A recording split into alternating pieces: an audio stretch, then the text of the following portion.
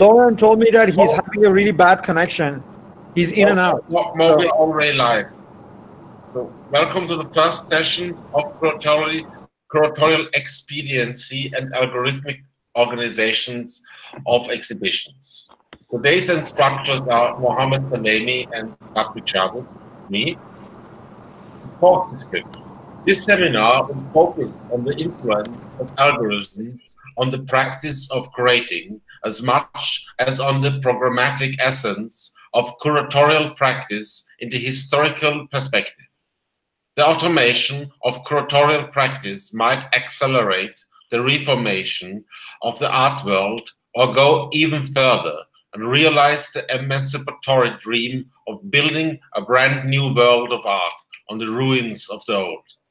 By introducing the methodologies of a range of practicing guest curators, this seminar will focus on how the emergence of automated and algorithmic curation, like any new paradigm in meditation and communication, can provide opportunities for reforming the art world and injecting egalitarianism in the system.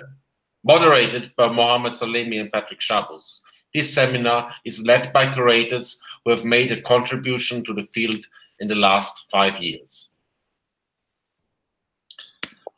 Okay, everyone, I'm going to introduce Patrick, and Patrick will introduce me.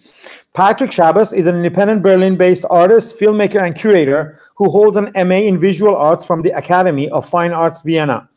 He has shown his works in Haus der Kultur der Welt in Berlin, the Ars Electronica Festival in Linz, Kunsthaus Wien, and Grazer Kunst Wien. Schabus's films have been shown in international film festivals like Anifilm, Animex, and Animateca, Biennale, and the Vienna Independent Film Festival. His writings have been published in Engagé, Malmö, and artmagazine.cc. From 2015 until 2018, he was the director and curator of the Mandelken Project in Vienna. In 2017, he was awarded the honorary prize of the Academy of Fine Arts, Vienna.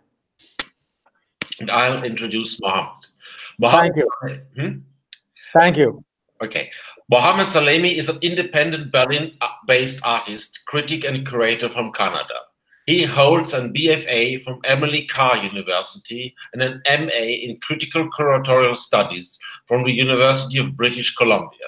He has shown his work in Ashkal Alvan's Homework 7, Bayreuth, 2015, Witte de Wit, Rotterdam, 2015, and Robert Love, Eindhoven, 2018. His writings have been published in eFlux, Flash Art, Third Rail, Brooklyn Rail, Ocular, Arts of the Working Class, and Spike.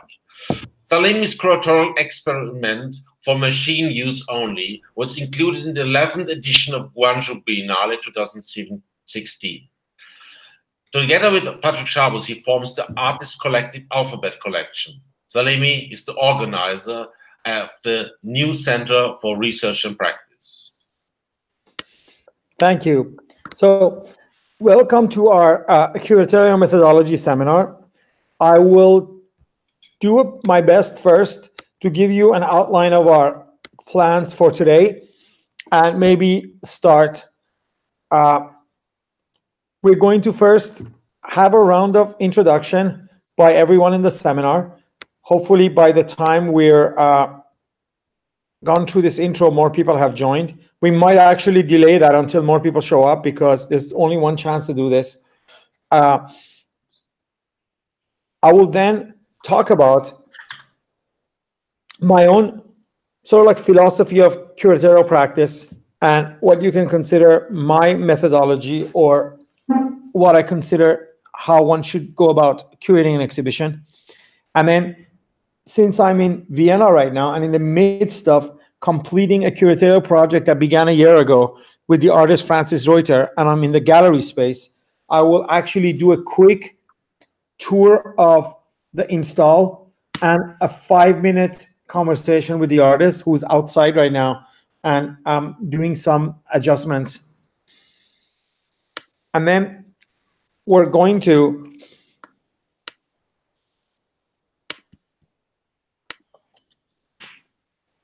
basically get a round of question and answer about the text that we ask you to read for the seminar. Then Patrick will talk a little bit about his curatorial methodology. And then we're going to walk you through, using the catalog that we already sent you, we're going to walk you through some of the key points of our collective methodology and our similarities and differences by going over the Sophia Career Forum project and relate it to the topics of the seminar. After that, we will talk about these set of questions that I will introduce with Patrick to the seminar, and we'll ask you to respond to these questions, and we'll talk about what we're going to do with these questions. And then we will talk about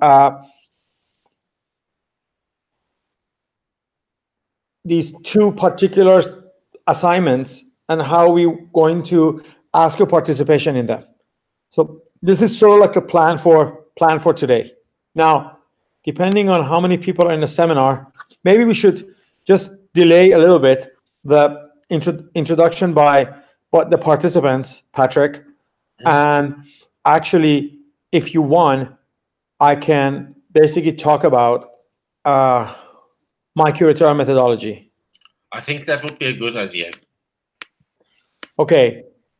Or, you know what? Okay, how about this? Let's just ask those who are in the class to introduce themselves, and then we take a note of those who come in and then ask them at another chance to introduce themselves.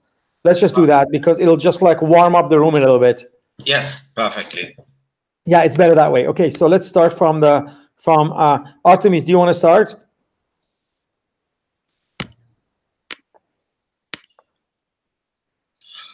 Maybe we should start with Lauren because no, that's it. She's ready.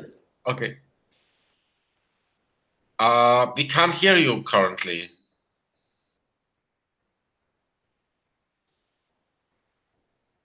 You know, maybe just use the laptop. Can you hear me now? Yes, absolutely. Okay, my name is Artemis, and I'm an architect currently in London. And I'm really interested in curating and ways of archiving because I'm also obsessed with archiving. So I found this seminar really interesting. That's why I'm here.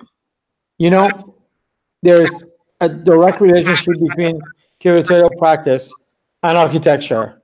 Yes, because of course. Really, on the physical level, what happens in a process of any curatorial project, the artwork or art experiences have to at some point get mapped out into the architecture of the space, whether it's public space, outdoor or indoor. So there's a real connection between the two, and hopefully throughout the next sessions with everyone, we will make sure this question will come up to see how each person deals with it. And I actually have something to say myself about it. So yeah. So Kate, do you want to go next?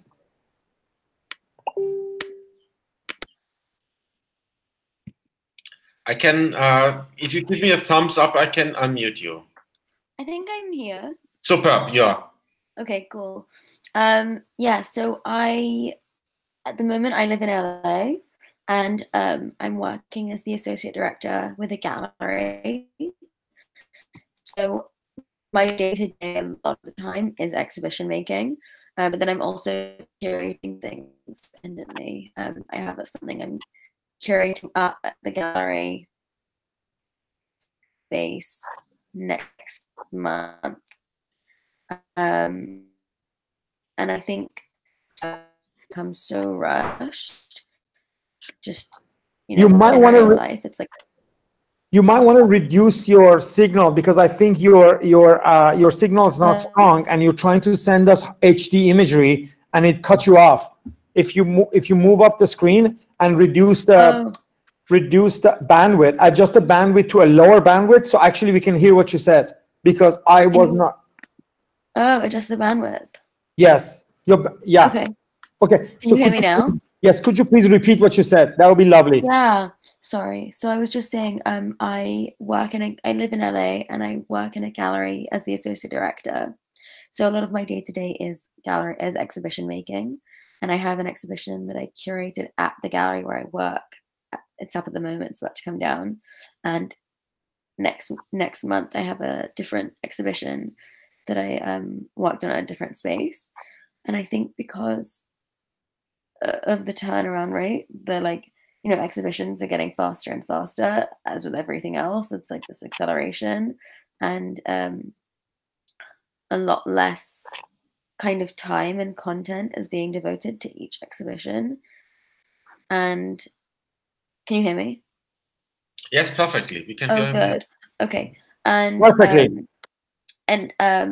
Yeah, so I'm just interested in like thinking about this sort of expediency and kind of developing an algorithm for curatorial projects. It's really interesting to me, and yeah. I'm really glad that you actually brought up what I was going to ask you yourself, which is like, what do you expect to get from the class? So in that sense, I think as we go through the assignment, we were going to talk about this, is that one of the things we will be doing in each seminar is to ask each participant to basically, as they go through the presentation of the curator, and we have a great selection of curators for you.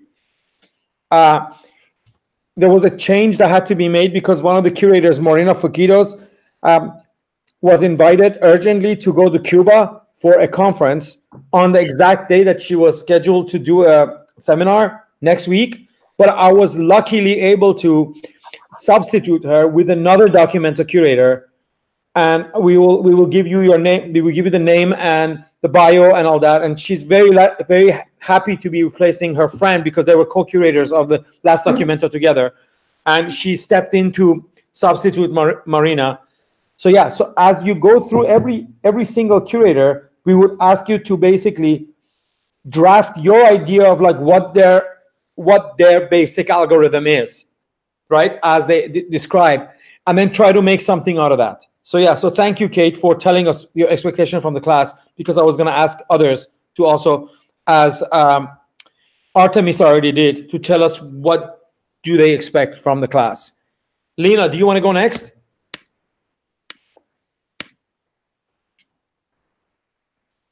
Hello? We can't hear or see you.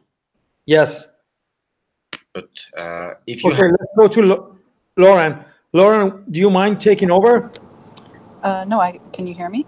Lovely, yes. But okay, we can't see you, but I guess that has to do with the fact that you don't think you have good signal, right? Yeah, I don't have a good connection. So sounds like you're on a train, right? I'm on a bus. Oh, okay, lovely. Yeah. Where are you going? I'm on my way to Antwerp right now. I'm actually related to this class. I'm participating in a work week by an arts collective called Constant, based out of Brussels. They do a series of different work weeks where they bring people from all different disciplines together to do a series of experiments, basically. So that's what I'm on my way to. I can't describe it super well because I don't know what exactly it is yet, but that's where I'm headed right now. But you know where you would have been if you weren't going to Brussels, right? I do. Yes. I do, Mo. Because yeah. I was trying to invite Lauren to come to Vienna to take part in a public programming for our exhibition here with Francis Reuter, Hurricane Time Image. But unfortunately, somebody before me had stolen him. So I missed the chance of working with Lauren in this project. But we have a great selection of people, and we're going to try to broadcast the public program on Wednesday. If you want, you can watch it. Yeah. We have a great selection of theorists and artists, including Lawrence,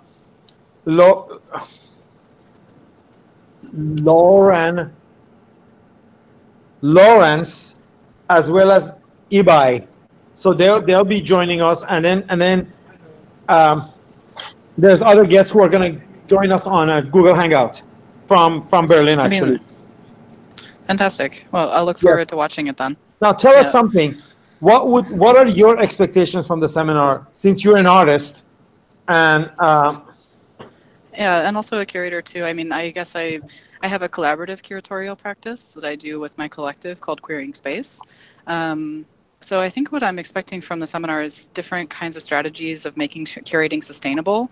I'm curious about how to work with people in a way that doesn't always lead to burnout. I think a little bit of what Kate was mentioning about this exhaustion or like the speeding up of things is super interesting, but also becomes kind of untenable at a certain point. So I'm curious about how to create strategies and structures, maybe also outside of larger institutions, that make curating more possible, to actually give it the time that it needs. So that's something that I'm super interested in. So I'm Lauren. I use he, him, or they, them pronouns. I have a background in painting, but I live in Berlin and actually have a small project that I'll be curating at a project space in Berlin opening in early May as well. So I'm really interested in the project, like the projects of putting people together and seeing what different ideas bounce off of each other. So, sorry, are you talking about the Schulz Museum project, or is it a different one? It's a different one. Lovely. Yeah, I'm working on a small project at the Para Foundation. It's a small little gallery in Prenzlauer Berg in Berlin. So I'll send more information about it once it's up. Okay, lovely. Thanks, Mo. You know, there's supposed to be 9 or 10 people in the seminar, but I think some of them already maybe told us that they won't be able to make it to the first session. So we might end up being just 4 or 5 of us today, but that's totally fine. I'm going to move on to the next item, which is speaking about curatorial methodology. As Patrick mentioned in my bio, I come from a particular school of curatorial. I did my MA under Professor Scott Watson, a Canadian curator, a Canadian queer curator, who developed his curatorial practice along the lines of the development of art in Vancouver, British Columbia, with people like throughout the rise of Jeff Wall and Rodney Graham and that type of like photo-conceptual practice that became very well known around the world. At the same time, trying to sort of like synthesize it with what he considered sort of like queer art and queer photography in the late 80s, early 90s, through the AIDS crisis, through the sort of like what you can call the sort of like the emergence of identities as an important aspect of artistic practice and curatorial practice, and through that to the economic crisis. This is where I actually began my studies at UBC. I basically was curating at a small project space called Database prior to going to university to get my master's. And then once the economic crisis happened, we closed the space with my business partner of the time, and I went back to the university. And prior to studying with Scott, who's actually coming to Vienna to take part in the opening ceremonies of the exhibition here at the Franz Josef Kai Gallery, prior to going to UBC, I used to run this project space called Database. And in fact, for the longest period of that 8-year stretch, we called the gallery Xeno Gallery, which in its own sort of like Greek meaning outside. And my idea of running that space was really sort of like was very different than what I turned out to be after my studies. That project space for me was truly trying to do a kind of a ready-made curatorial practice, which was for a period of 6 years where I was like the curator of the space. We had a tiniest gallery, and I tried my best to bring projects and non-art projects and invite non-artists and non-art projects and ask them to respond to the size of the space and do something that then can be framed as art. So, for instance, this is in 2005, I invited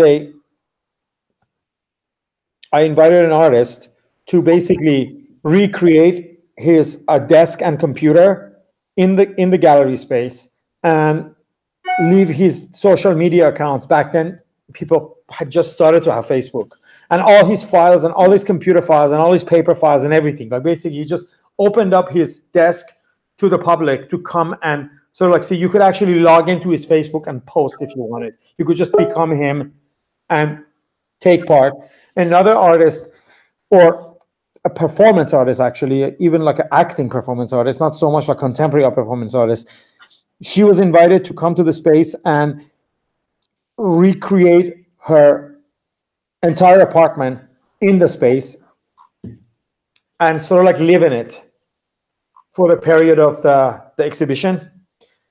These were like a couple of the experiments. And whenever we invited like a well-known artist to the exhibition, we would ask them to not to create something brand new for the space and completely different and away from what they normally do and what they're known for, whether they were Canadian or from Vancouver or international artists.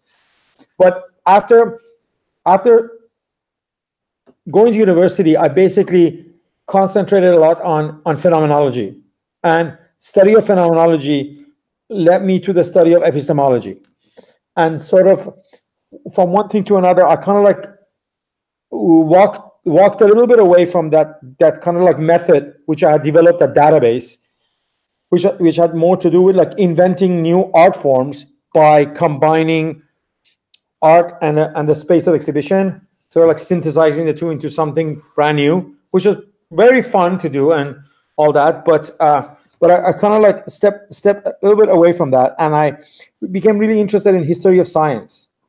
And this history of science, reading a lot of Peter Galison, then led me to people that are now involved a lot in New Center teaching philosophy, Reza Negarestani and all that stuff. And the side of my curatorial practice that became much stronger was the public education side. And when we get to the Sophia Career Forum, we talk about that and the kind of like significance of this aspect of the exhibition to the artworks that you pull together to create a show. So if there's two things that are really important to me, on one side is like this basically exhibition surface, which is like the very physical, geometric, sensual skin of an exhibition, which could actually be considered very superficial. From one end, I'm very much interested in that. And then from the other end, I'm interested in a public education, right? The sort of like the panel, the conference, the kind of like literature that you can produce to go along with the exhibition. I'm getting a message from Lena online, but I'm trying to like see what is, okay. I think it's an empty message. Anyway, so yeah, so basically these are the two poles for me that addresses my work as a curator. So from one hand, it kind of like similar to fashion. It's very superficial. It has to do with like just the mere surface. From the other hand, it has to do with like the real significance. The reason why these two works for me this way is because for me, a lot of times, a lot of challenging artworks or challenging exhibitions, one need to have a tool to actually see them. So like for me, a lot of times putting an artwork out there and expecting people to take their time to understand it and appreciate it is almost impossible. In a way, it's like asking a group of blind people to understand and appreciate something that's purely visual. So part of the task of a curator is actually opening the eyes, so then the subject or the viewer can see. And of course, you guys can take issues with this and discuss this, but this is really how I do my work. So part of this is to kind of like create this possibility for the work to actually be absorbed, because the assumption that people will take their time or come into the exhibition with the right technologies, cognitive technologies, to understand and appreciate and receive the work is too presumptuous. It's not there. And then on the other hand, I really care for that near surface of the exhibition, because to me, art takes place somewhere between, not behind the surface, but somewhere between the surface of the exhibition and the viewer. This space that partially is physical, it's like really has to do with like how many meters you stand away and you look at art, but part of it is also conceptual, the space between the mind and the subjectivity of the viewer, and the kind of like artificial subjectivity that the artwork or the exhibition are producing in the space of the exhibition, right? And then this artificial subjectivity is basically appears in the surface of the exhibition, in all those considerations made about lighting, placement, all sorts of like physical stuff that appeal to the senses, right?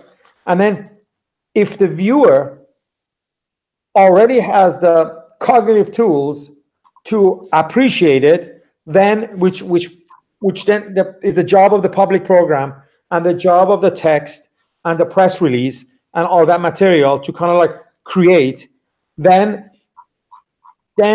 that artificial subjectivity come to life within the space between that surface and where the subject is standing, right? So I'm very meticulous about very superficial things, and I'm also I take a lot of time in order to basically articulate what it is that this exhibition is trying to do.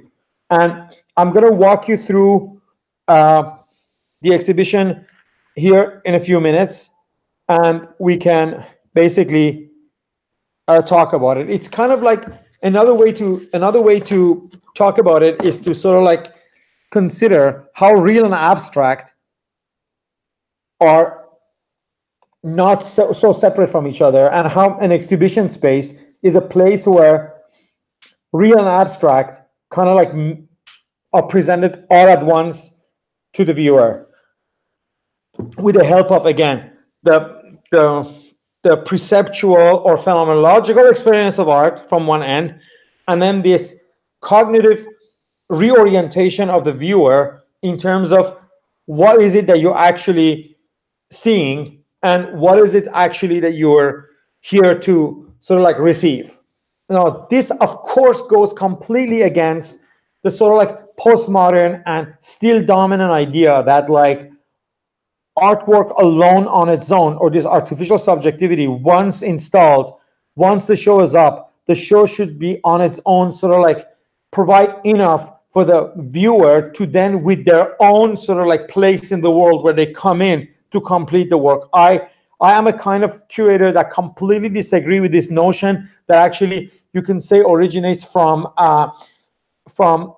the French philosopher who was quoted in the text we were given by Patrick to read, Rancière. This is like a Rancière's idea of sort of like art and curatorial practice, where the work is put there and then somehow the audience completes it after experiencing the art. And that's why you have this kind of democracy of interpretation and democracy of experience, in which every different person, depending on where they come from, they experience the artwork differently. I completely disagree with this method. I think my method compared to that is to sort of like put the viewer in a particular trajectory by providing them ways of seeing. And these ways of seeing doesn't necessarily dictate to them what it is exactly that they're looking at, but basically tell them what they might or might not find in the artwork, or the ways to approach it, right? And maybe this can also come up when we explain the Sophia Queer Forum exhibition, in which we, through like a lot of like development of material, we frame Bruce Labusse's work outside of his pornographic interpretation and into like a proper art and exhibition context. So I think I'm getting no, I'm not getting any messages. It just says that Kid joined the Hangout, right? Kid is with us too, right? Excellent. So Kid, we still have to hear from you about your bio, but maybe we can hold on to that. So I'm going to walk you through before we walk through the show, I just wanted to like read as an example of this dual process.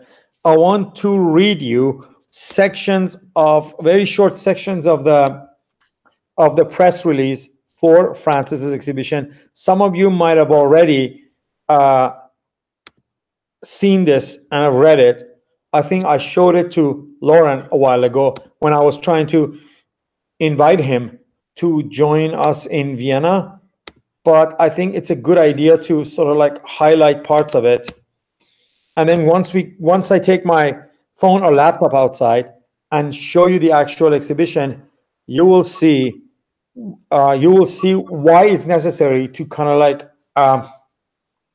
develop an explicit kind of like orientation for how a work like what you're about to see will be received. Okay, so let me just open this document. So the exhibition title is Hurricane Time Image.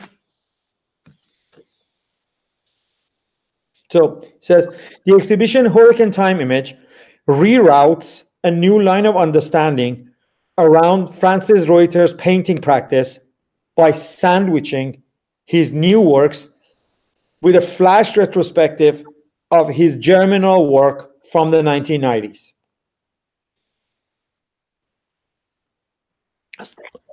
Hurricane Time Image is meant to disrupt narratives of artistic, aesthetic, and career developments, as well as social conditions surrounding the production of art and subjectivity specific to Reuter. It suggests that the chaotic force of technology is always at work throughout an artist's practice, rearranging the relationship of past, present, and future into new constellations.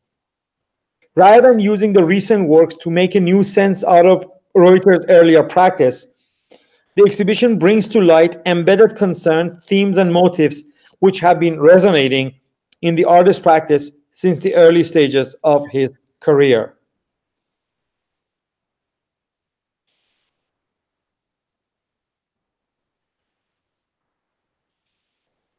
The exhibition's abstract indexing of analog, digital, and the algorithmic parallels an equally important transformation in the artist's own life.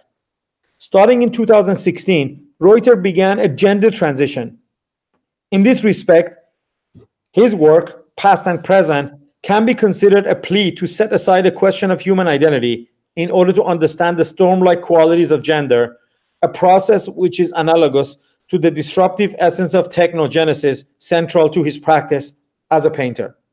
Approached from this angle, the strongest thread binding the artist's earlier works to his latest practice is the struggle to sequester the human-centered and natural appearances of analog representation from its inhuman cybernetic reality. The exhibition de-emphasizes human experience in favor of chaotic and cosmic shifts which are at the heart of the evolution of language, reason, and logic amongst animals, humans, and machines alike. So that's sort of like very explicit statement, right?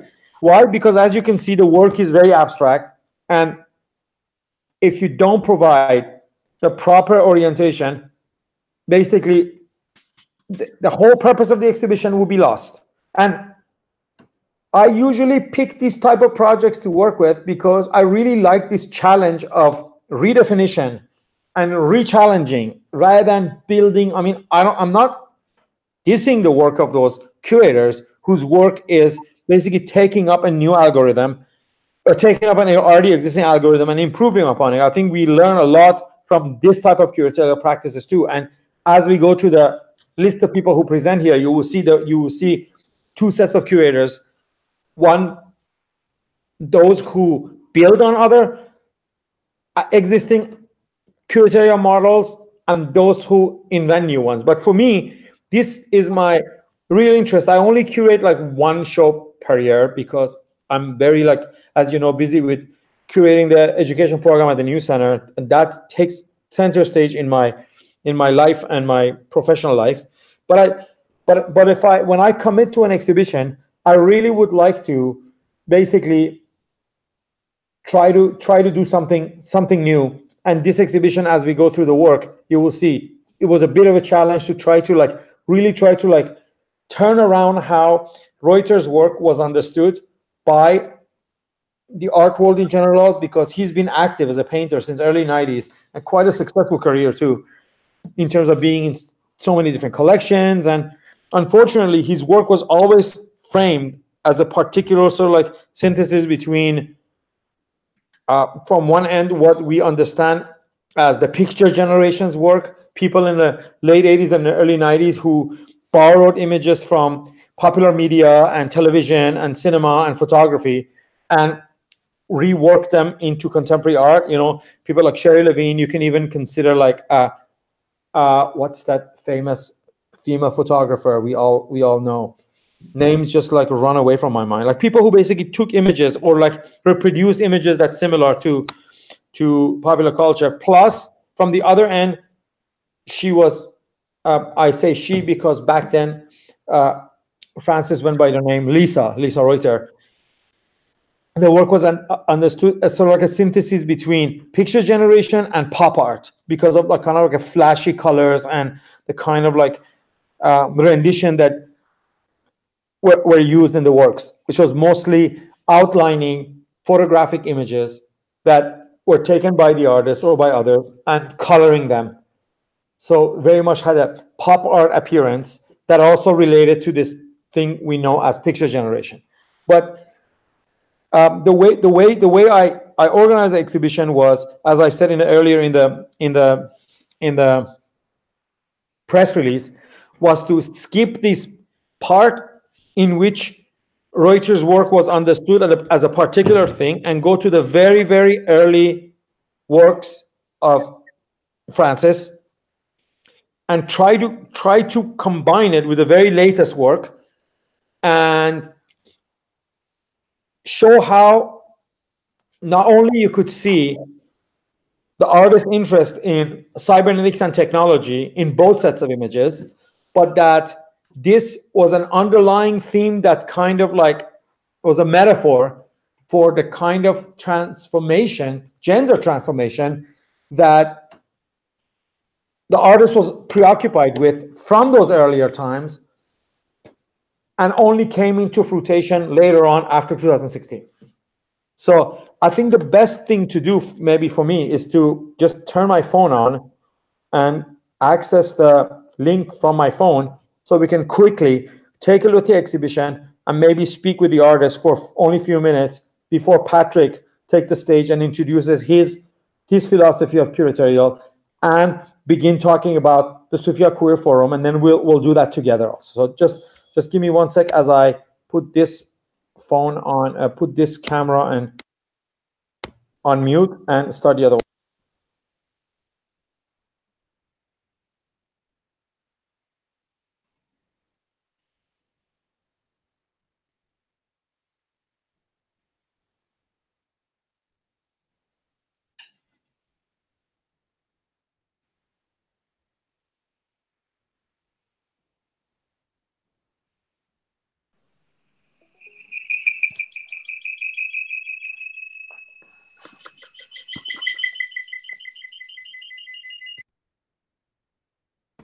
Interesting. The microphone here is on mute, but you still get the feedback. I'm really sorry.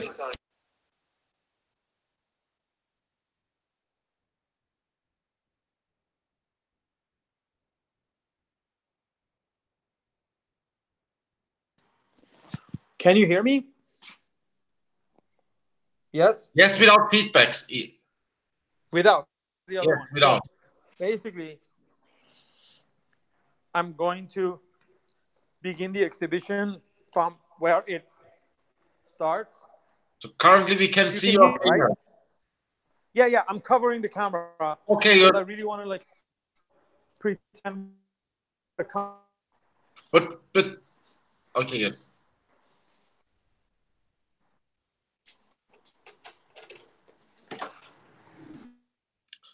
But the internet is really jumpy now.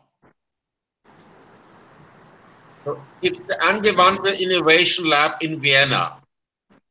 Yeah, so as you enter the space,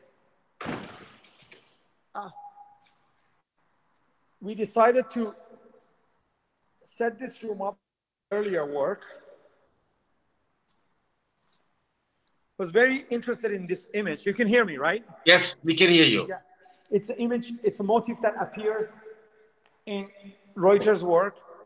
It's basically a picture of a motorcyclist and his motorcycle, or a motorcyclist and her motorcycle.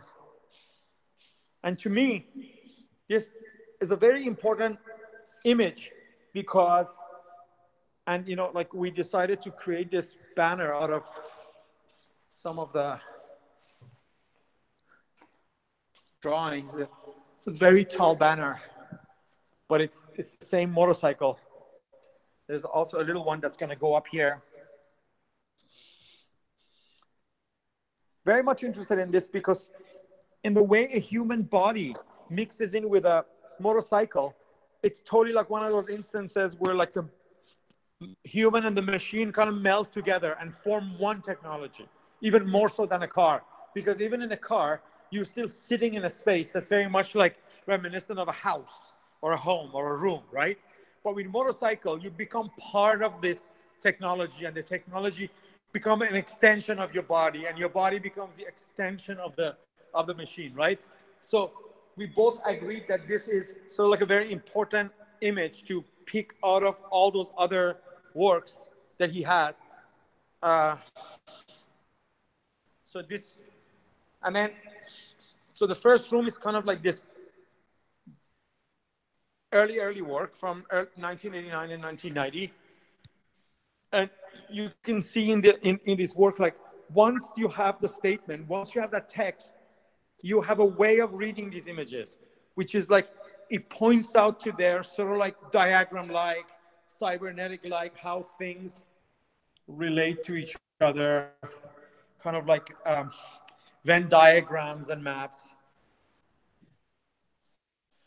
These are very old paintings. They were all shown in an exhibition Francis had at the New York's Pretzel Gallery. This is another example of it on wood panels. This is also well preserved, but from the old days, early. We're starting to lose you, Mo. Pardon me? We lost your last sentence. You said the early days, and then he was gone. Yeah, this is from the Pretzel Gallery also. From the Pretzel Gallery days, even though it wasn't shown in Pretzel Gallery. Maybe you can show me, show us a side view of that work, because it just looks like a painting from. If you show the size, we can actually see that it's lasered. Yes, perfectly. Thanks. And then these three are just more elaborations from the same period. Now, here there's going to be this archival box. Here we're going to use some of the source material for later images, which I will talk about. And then here also you see these paintings from 1990. And this is also like another key for understanding the exhibition. It's basically, we put them in this sort of like system in which first you see like a Francis, like multiplicities of Francises, about 9 of them. So like simplifying into like less,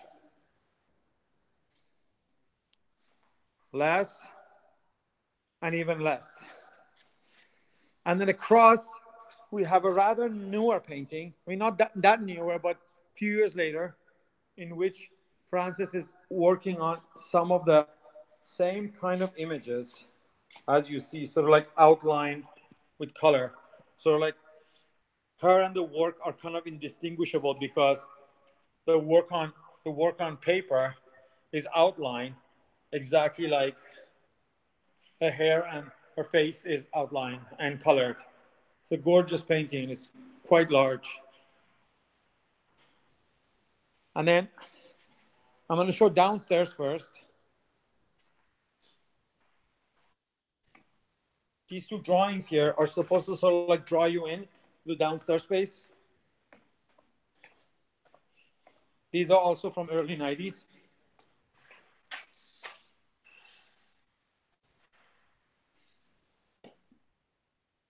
As well as these two large paintings here.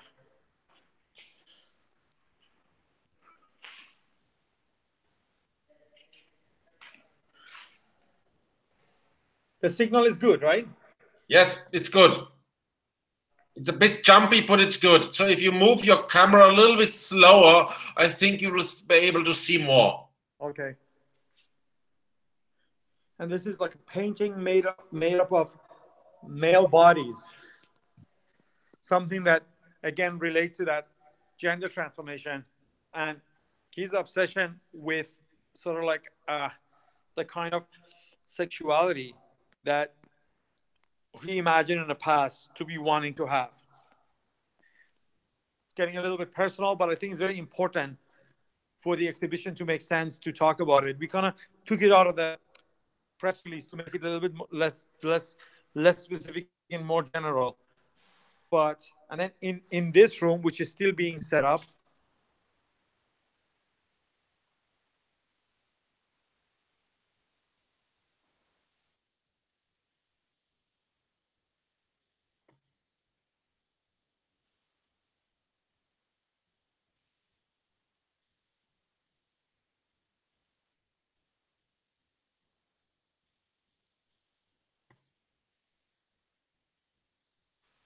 Mo, we can't hear anything now. You're completely gone. Mo? We lost him. So, wait, I'll call him and let him know that we lost him. So here, calling Mo. Oh, Mo is completely gone. So, what shall we do? I will call him on the regular phone. Sorry for the inconvenience here. Mo? We have you again? Yes. Yeah, sorry. I was trying to show the black room in the back there is going to be used for a slide projector that will cycle through a bunch of new watercolors in a black room. And then here we're showing, this is the room where we're going to show the new works. I think the signal here is good because there's access points here in this room. And these are the newer paintings, which are all from 2017, 2018, and some of them are fresh from January and February. I'm just going to quickly go over them. Now,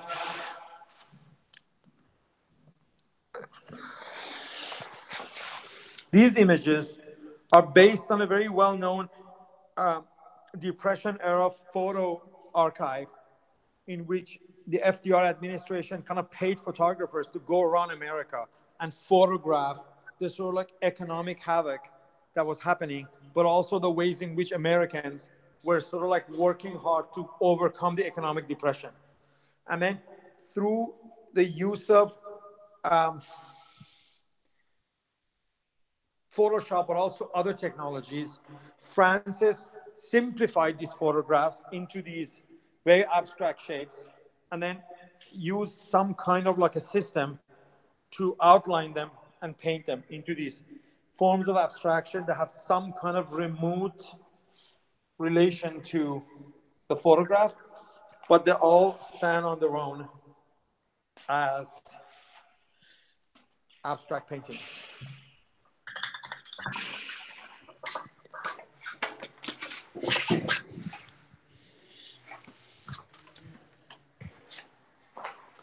And these series, which are really some of my favorites, are here. This one is really nice too.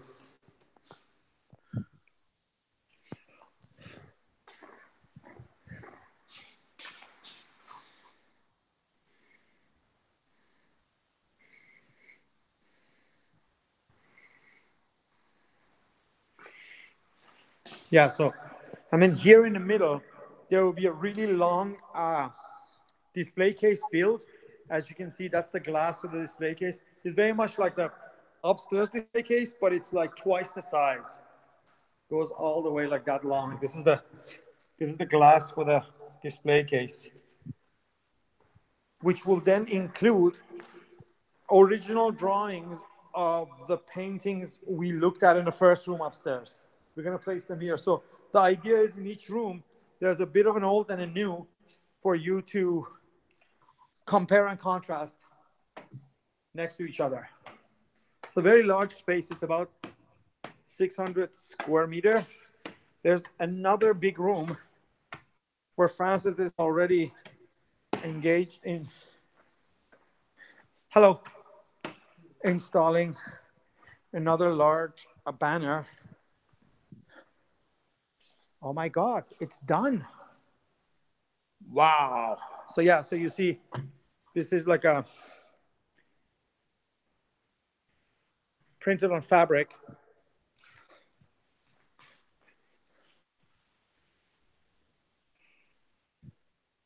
And then on top of this goes, we're going to hang some of the newer paintings literally on top of these. And this is what he calls face machines. Like you can see definite faces here, right? Amazing. It's done, right? Well, I think... This is Francis. Francis, you want to say hi to our lovely participants? Hi, participants. So tell us. Let me just flip the camera. Go ahead. Tell us. So first of all, before anything, I'm just curious. I didn't expect to see this all done. I knew. It's amazing. It's cool, man. I thought we were going to try it once with some form of hanging and look at it and decide what to do, but you just did it while I was setting up the seminar. It was the best way to do it. Best way to do it. To hang it and because all the measurements were different.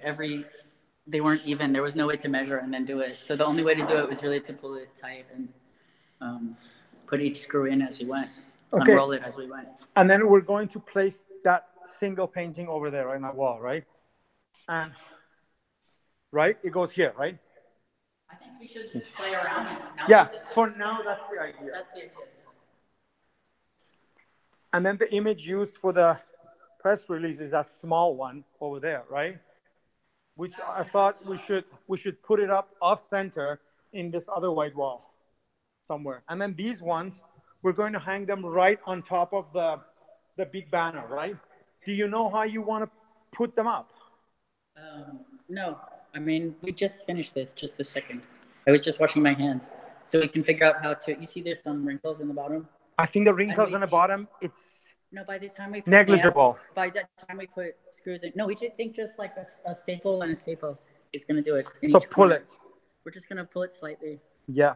And try to get it smooth because by the time we put like something in here to hold the paintings, it might start making more wrinkles. Okay, so we did a lot of surface talk, right? Where we talked about like the physicality of it. Tell our participants a little bit about like because I talked about like, I don't know if you could hear me or not. No. But like I was talking about how these two sides of the exhibition, the surface of the exhibition, and then sort of like how the press release and the text around it, and hopefully the public program that we've put together will kind of like reorient the viewers in terms of like how to interpret these images, how important it is to do that. Because particularly with this work, it's very easy to just go either to the side of like, oh, picture generation, or oh, pop art. And then again, the whole point that we try to make with this was try to like, from the first time we worked together, which was the piece I wrote about your work in 2015 in Flash Art, right, was to sort of like break the work from these restraints that that middle part of your career had placed the work, and try to liberate it from that and let it go other places, which resulted in sort of like all this work was created after that writing. And sort of like how we kind of... This new work, this new work came about as like this long conversation we've been having since 2015, right? About your work. And then I wrote about it in 2015 in that piece of text. And in a way, this kind of like conversation resulted in this project. So in 2008, you know, in between, a lot of this work was made from my own photographs. So in these older pieces, which this is a print that I just made, but the imagery is from the older work from the early 90s. And I was using an archive of found images. So it was a kind of appropriation, but it had nothing to do with appropriation artists. It had nothing to do with picture generation. Yeah, well, Richard Prince and Jeff Koons and all of this, or like with music with the kind of sample culture and this sort of stuff, which was big. I was like, I'm not really interested in appropriation as theft per se, or this. I just didn't think that was an interesting discussion. Angle. Yeah, and so like to go further with this, and also I thought like, okay, I've kind of described a worldview or like a content, a container, but this has nothing to do with me. Like, what do I have to do with this? Like, where do I fit in? And that's why I made the self-portraits, which were literally shown on top of this. This is back in the 1990 at the Presser Gallery. Yeah, 93 at the Presser Gallery. And Petzel Borgman, it was called. Friedrich Petzel was still the director at Metro Pictures. So this was his project place. Second or third show that he ever did. So, but he soon left and began Presser Gallery. I mean, it was called Petzel Borgman, and Nina Borgman was the partner. So it was Friedrich Petzel and Nina Borgman doing it there. And then I guess she went back to Germany and he stayed. And I mean, it's the same gallery, it's the same artist from then. So except me. and so that's like this so after the self-portraits, I was still doing this appropriated images a little bit with the motorcycles. I had like kind of I started thinking like, well, what happens when you start to categorize things? What happens when you put these names on things like this? And I, at some point, I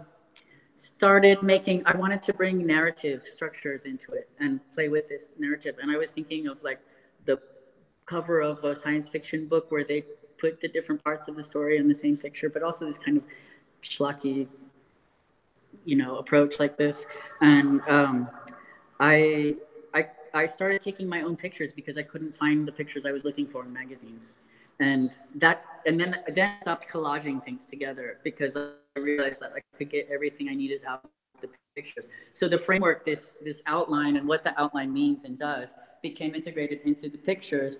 But they now having this relationship to photography and my own photography. So it was very indexed to my daily life, which sometimes was really boring and sometimes more interesting. Now tell me, when I propose that we can trace your desire for transformation, for gender transformation in the work, and you immediately were receptive to it, maybe we can go back to the portrait room and talk about that a little bit, and then because we need to move on, because like Patrick has prepared his part. Okay. And I don't want to this is so interesting. I can just go on, and this is a lovely one.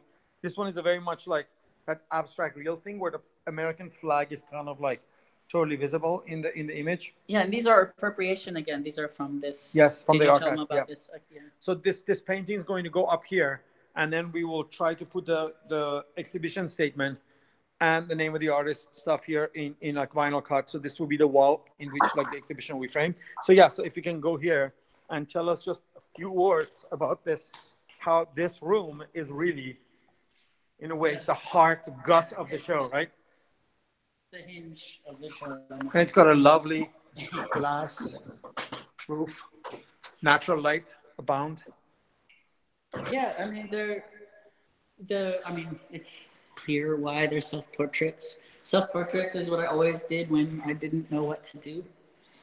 So like these first ones were like, well, where do I fit in? What's the point of? So did you know you would end up transitioning one day when you made these? I mean, when I made these when I had these photos, I was with a friend, and I was like, I used to be with friends and practice walking in a certain way to, it was like really consciously trying to look like a guy. I mean, I did as much as I could. And I mean, I didn't have language for it. I didn't know, when I was making these, I was living on 14th Street in the meat market in New York. It was, at that time, it was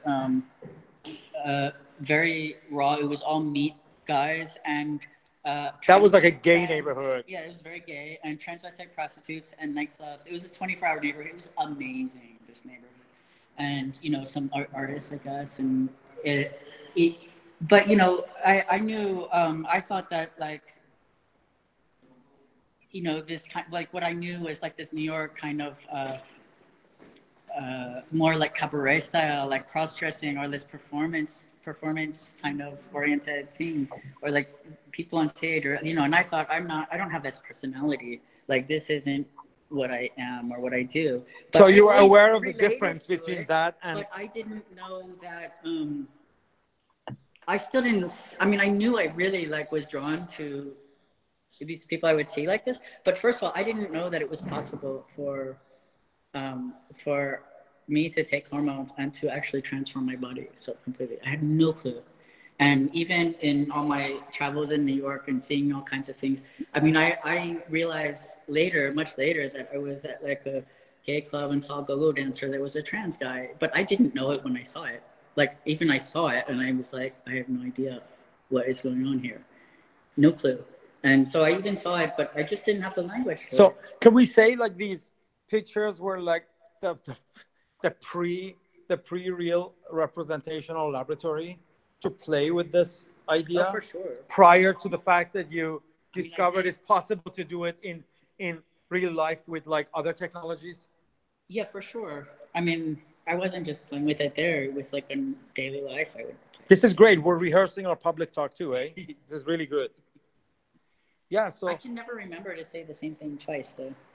I will repeat the same question, so hopefully that will help you say some of this important stuff. Yeah, so are you happy? Yes, I am. Hey, I'm happy that I'm this super happy with that banner. We're both happy because amazing. we thought we might have problems with the wall getting this curse in, but it was very easy. Yeah, so just before we go back into the room and I pass the mic to Patrick, I like this is like sort of like make it like a footnote to my methodology. The first thing I did when I came in, we weren't even talking about any of the deeper stuff. I started going around and looking at all the little things that, like this nail. Okay, this nail has to come out because we shouldn't have a nail up here. This is not good. Like all these very superficial little things, or like, oh my God, I don't want to see this pot plants from the office here. We got to get them to move this. And Francis is like, let's talk about the show. I'm like, this is the most important thing. The very first thing that people see are things that actually don't have anything to do with the exhibition and have to do with like, just like how you cared for the space, basically, how to prepare the space and how you respected the art by taking care of all these little things. Once you get them out of the way, we counted exactly how many of the light bulbs have to get changed, even though like really big shows happen here and most of the artists don't even care because they say, okay, there's enough natural light. Or we're like, no, we have to make sure that everything here is like just superficially perfect, because that would just create the container for the rest of the show to unfold. For me, if that really like basic stuff is not taken care of, the rest of the show is just bothers me for the entire duration of the show. I'm just bothered. So yeah, so what you see here is basically still like a lot of things have to get done. But I think given the fact that the opening is Wednesday, we're not that far behind from completion. And I just have to look at this banner one more time because I really like how this ended up being installed. This took a lot of physical measurements. Artemis, you're an architect. You understand better than others, hopefully, of what it takes to actually like print this to this size with just such a little. Once this gets pulled, I think it'll be just perfect. Very happy with this. It was my nightmare of how this will turn out to be at the end. But I think we're losing you, Mo. Okay, I'm going to go back inside. Is it better now? Yes, perfect. Okay, so actually, I'm going to like close my camera and mic and you can begin. Okay, good. I'm going to switch between the two machines so you can actually start. Don't worry about me. Okay, good. Then I'll start. Let me just switch to myself. make myself look acceptable. So I started curating somewhere around 2010-ish, when I did film programming still in university, and then I started to be an editor for a newspaper, which was actually where I realized how to that a lot of my curatorial perspective comes still from publishing texts and all of that. And then I started to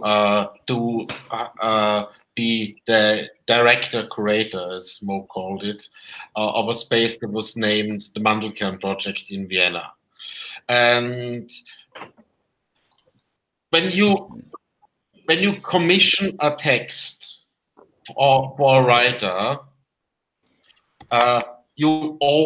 very often you go to that person and say, you wrote a text about this and that, and I really would like you to write a text about this. This is something that not many curators in art do. But my whole practice is informed by me working in editorial and working as an editor for a newspaper. So when I started my space, I always went to artists that I liked their work and said, I'm really interested in what your progression is. And I know that you normally do video or painting or sculpture, but I really would like you to try out this medium, or you normally work with this topic. Would I have something, a topic that is next to your topic? And if you want to have a solo show at my space, we will develop this together. And I'm just the curator. I'm just the curator. But these are like the premises. And I've got like something like a 50-50 yes, no.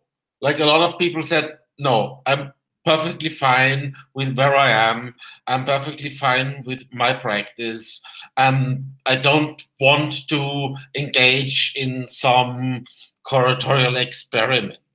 But then the other 50 were very interested in delving into let's say, terra incognita, a place you have never even thought possible to go to. And that's where I really went into my curatorial practice, talking with people about, look, have you seen this artwork by that person? Have you read that text? And then the people said, yeah, I knew this, but I never related this to my own practice. And then seeing the person develop the work in my space, because what was also part of my practice back then was basically give the artist the space for 2 weeks as a studio, so they can develop and build and then throw away and then rebuild the stuff. They got the keys and they could do everything they wanted.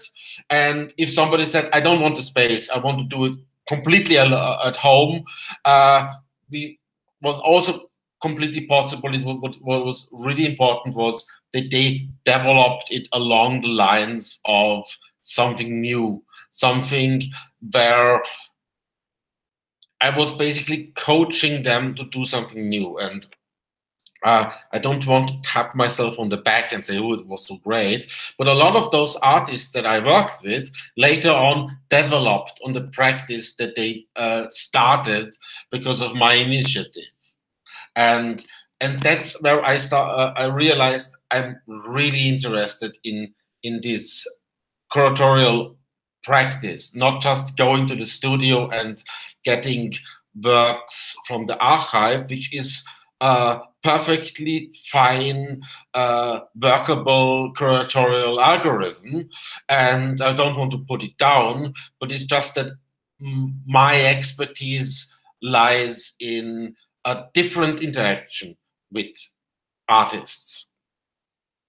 And very often you see that people just commission art and just say, I want something like that. I mean, I have been in that situation myself a few times, where somebody came to me and said, you studied with Aaron Farocki, you've been his student assistant, I want an essay film. And I said, I don't want to do an essay film. I don't want to be seen as the offspring of a professor. I want to do a drawing. And they said, no, no, no, I already have 7 drawings, 8 paintings, and I just need this one video of you. And if you don't take the video, goodbye. That's it. No interaction, no discussion, no way of interacting with the creator and the artist. And because of that, I was really interested in the different ways how you can not commission in the traditional sense, but how to twist and turn the notion of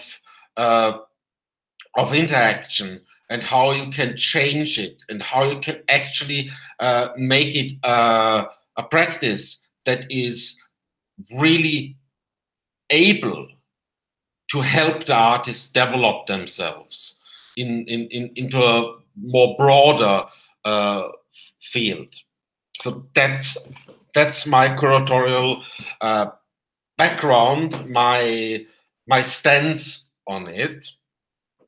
And the last show that I did was with Mohammad, and it was basically a curatorial commission that we got from the Sophia Queer Forum.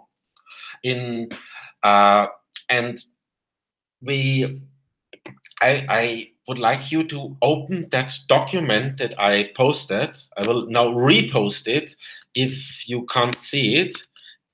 And I already asked you to open it in a tab earlier, but if you didn't, that's also okay. Just please open it and go to page 3. And if you are on that page, then please tell me, because that's our poster, how it was presented in the city. So when we were commissioned to do that show, it became apparent very, very early that we have to change the modality of how the Sophia Queer Forum was done in the past years. They had a specific way of doing it to accommodate our curatorial project, so to say. And what we did was to immediately create an artist collective, because the topic that was given to us, queer migrants, queer refugees, is not a topic that has been dealt with in art very often. You don't find more than 100 examples in contemporary art that really go beyond just ideological positioning, meaning, look, I'm such a good person, I made a project about refugees, amazing. But we really try to find artworks that really created an aesthetic position out of it. And there we found in our research that contemporary art was really lacking in that. You couldn't find like 500 videos about it. You can find 1 million of amazing artwork about migrant politics or queer politics and all of that, but both combined, it was really hard to find good artwork. Can I join? Yes, please. Yeah. So it was a very difficult place to be, because in the beginning, I actually was hoping that we can somehow subvert it and not even do an exhibition about queer migrants. But actually, the research showed us that there's possible to do a sort of a 2-for-1 act, which is not only try to address the sort of like the commission that was given to us, but B, use it to actually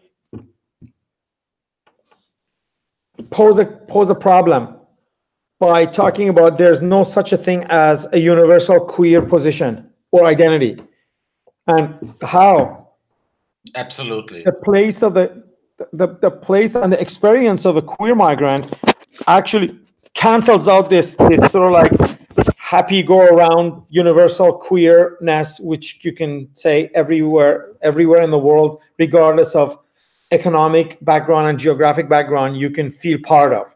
And how it's actually through the experience of the queer migrant, one can reject that this such a thing as a universal queer category actually exists. So we thought this is great, because we're asked to do a show about identity, but we're finding ways to basically problematize this identity and say maybe it doesn't even exist. So this was sort of like our way of saying, okay, let's not subvert it, let's actually stick to the commission, because there's a lot here that we can do. And again, my goal, as Patrick would describe, was to use the public forum through inviting particular speakers who will then really show us that, yes, it's very hard to talk about being queer as a universal thing in light of what migrants go through. So that was sort of like, and then Patrick just briefly brought it up. It's like we really wanted to like address certain things in the exhibition that it was impossible, even after a long research, to find artists who we're dealing with. And I just thought, okay, we're artists ourselves.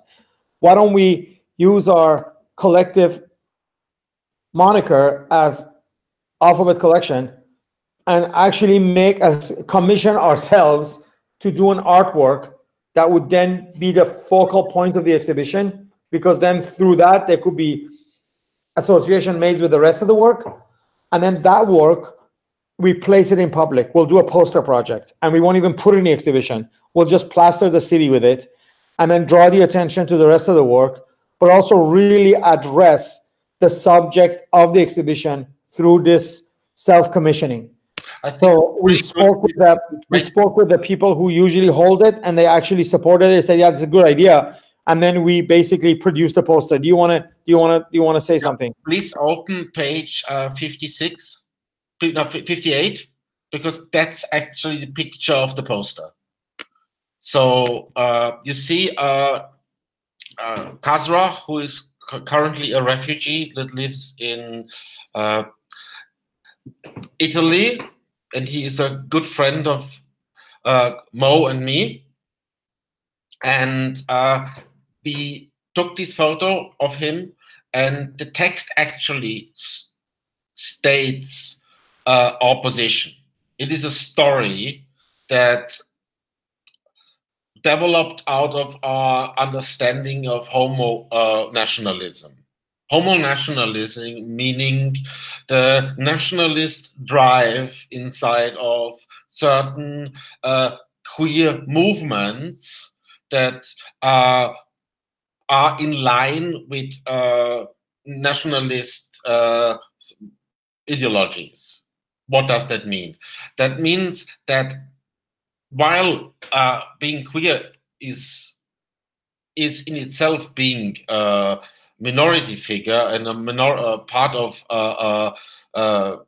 subaltern subclass to the general notion of people inside of a society, it still does not mean that people of queerness, queer people, are impossible to become right-wing.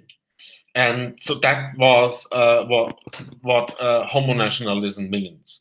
And from our understanding of queerness, we developed the notion that if you are queer in Saudi Arabia, it's twofold. Or if you queer in Netherlands, it's twofold. And the twofoldness is class.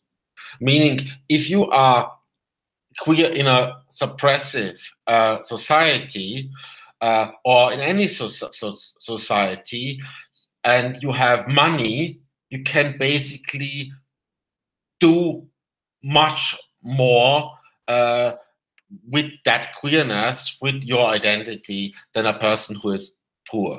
A poor person will not be able to travel to countries that are liberal enough to allow you to just go to a sauna or a lesbian bar or a gay club or whatever, or kiss a man on the street if you're a man, or kiss a woman on the street if you're a woman, so on and on. Meaning the notion of class was for us to be brought to the forefront, to be discussed. So the story of Kasra in that poster is that his father wants to sell him to an older man, so he will be the concubine of that man.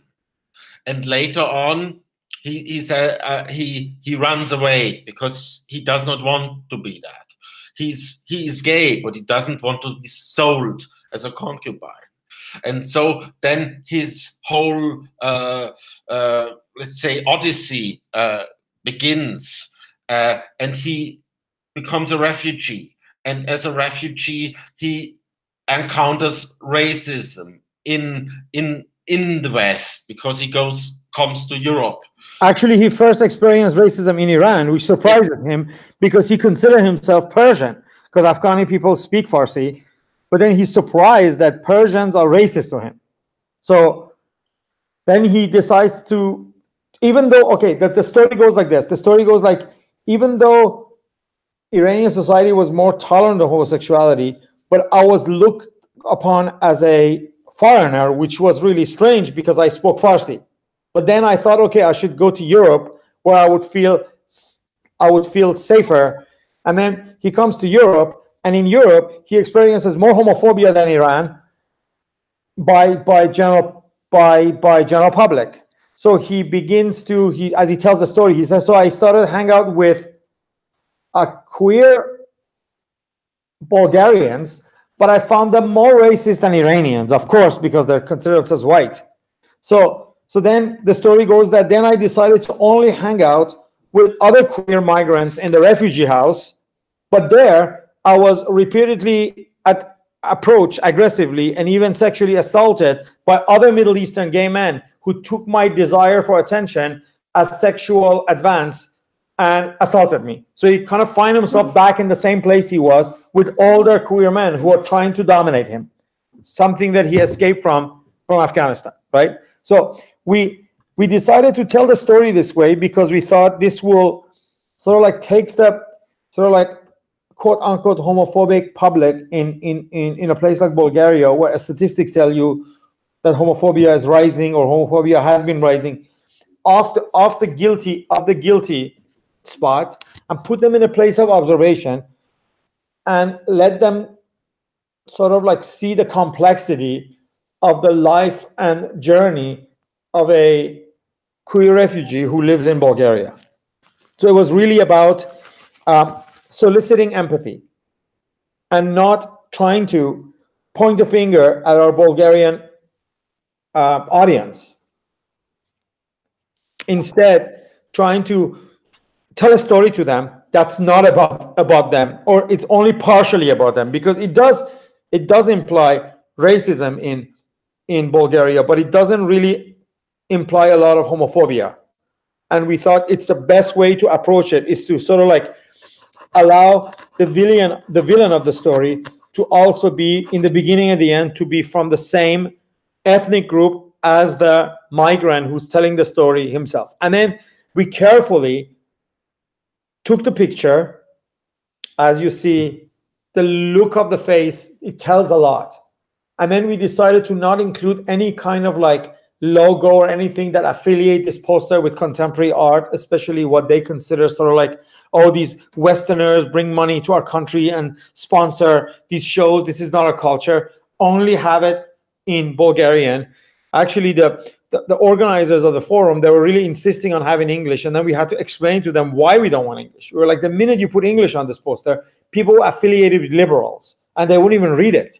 The best is to just not put any logo, not affiliated with the gallery, just tell a story in only Bulgarian and let people just read it as it is, as like an appeal to them. Let's walk to our audience and speak their language and not speak to them from this like ivory tower of contemporary art with like sponsorship logos on the poster or anything, and just basically say, yeah, just read it and see how you feel after learning about a complex experience of a refugee going through getting to where now you consider them unwelcome. So that was really a big point of the poster project and how it was used to anchor the rest of the exhibition. So please open page 10, because that's actually the poster, how it was installed in the city. And that's during the opening night and the visitors looking at the poster. So I would now like to ask you to go to page number, wait, let me see where I wrote. I think it was 32, I'm not quite sure. Yeah, it's quite 32. It's 32. The problem is that not every page has the page number on it because of the photo. And that's actually the installation, one of the installation shots. And here you can see two artworks.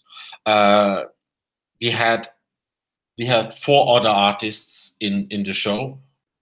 The 5th was our collective, and we had Barbara Hammer, Boriana Vantislaslova, we had Aaron Weld, and Bruce LeBruce. And in that shot, you can see to the right, you can see Bruce LeBruce's work, and the left, you can see the work of Aaron Weld. And this is, for me, a very important image. It is a very important image because you can see how 2 works can interact in a space. And the left work by Bruce LeBruce is the story of a Syrian refugee who comes to Germany and then is rescued by an attack from neo-Nazis. He's rescued by not by a German, but by a migrant himself, but an European migrant, and then they fall into love and they have sex and all of that. And one of the most amazing images in that film, and that's also one of the reasons why we choose it. I mean, it's amazing aesthetically, and it is beautiful work, but one of the reasons why we took that piece is because it has an image that breaks down one of the notions of Syria, because a lot of people would say Syria is a place where it's a Muslim country and all of that, which is not quite true. It's much more multifaceted than that. But you can see the image where the rescuer washes the feet of the Syrian refugee. And those who are well versed in history will know what I'm talking about here, what the notion is about. Syria was one of the first centers of Christianity. There is a long linkage between Syria and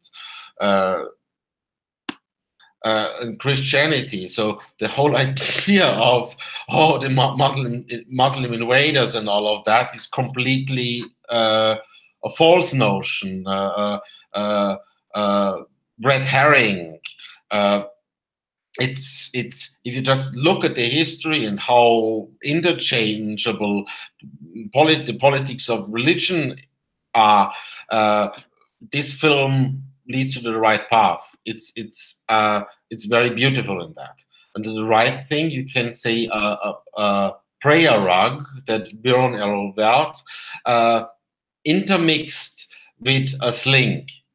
And a sling is a sex toy that is very often used in queer and mostly gay practices, but it's also used by people who would consider themselves as heteronormative or heterosexual, however they want to label themselves.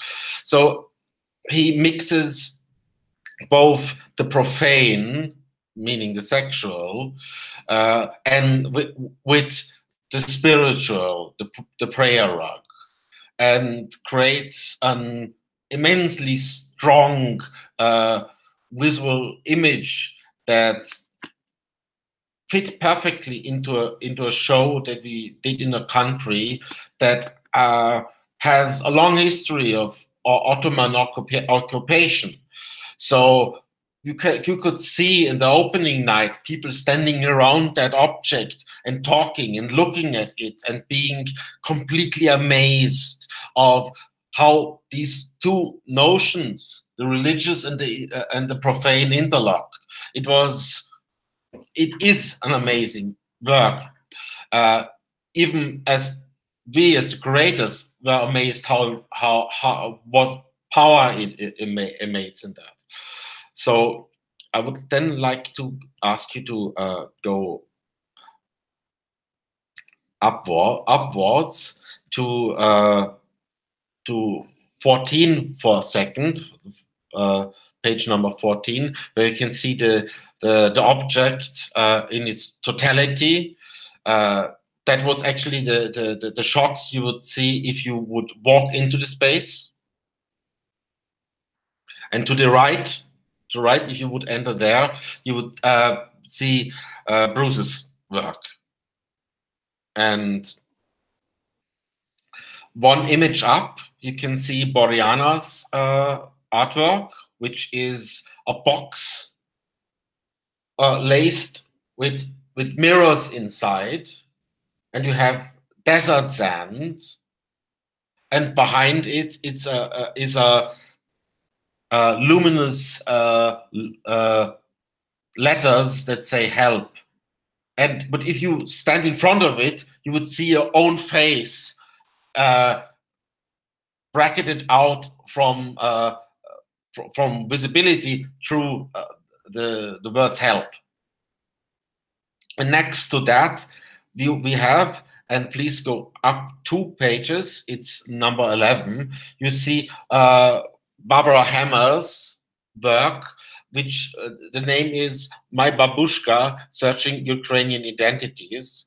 And it's about her own history of her family that she explored when she went to Ukraine after the Soviet system fell down and she was allowed to go in. And she explores notion of nationalism, queerness, and all of that. And it's really one of the amazing works in film history. And there I would like to go back to curatorial organization, because this is sometimes you just have to be daring, I would say, because we were talking with some artists at that time, and Barbara Hammer is one, if not that.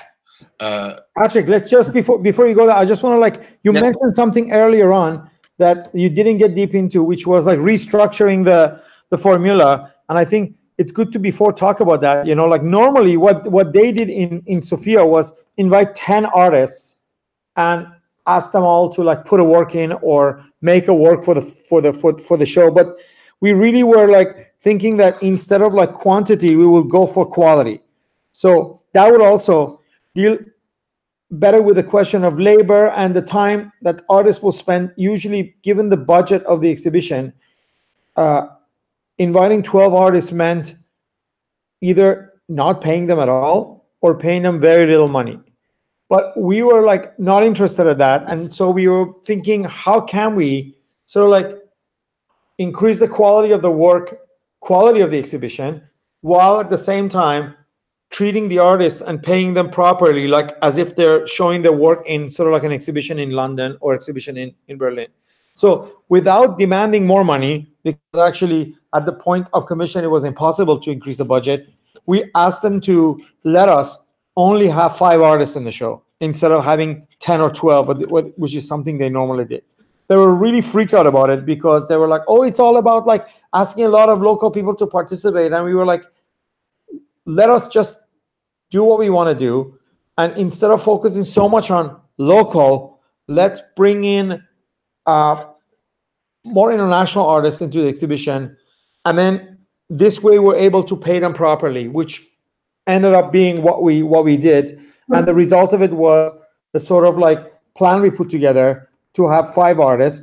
And then one of the artists we really wanted to work with basically backed out last minute, and we were left with 1 spot. And I think that's where this Patrick story begins. Yeah, that's true.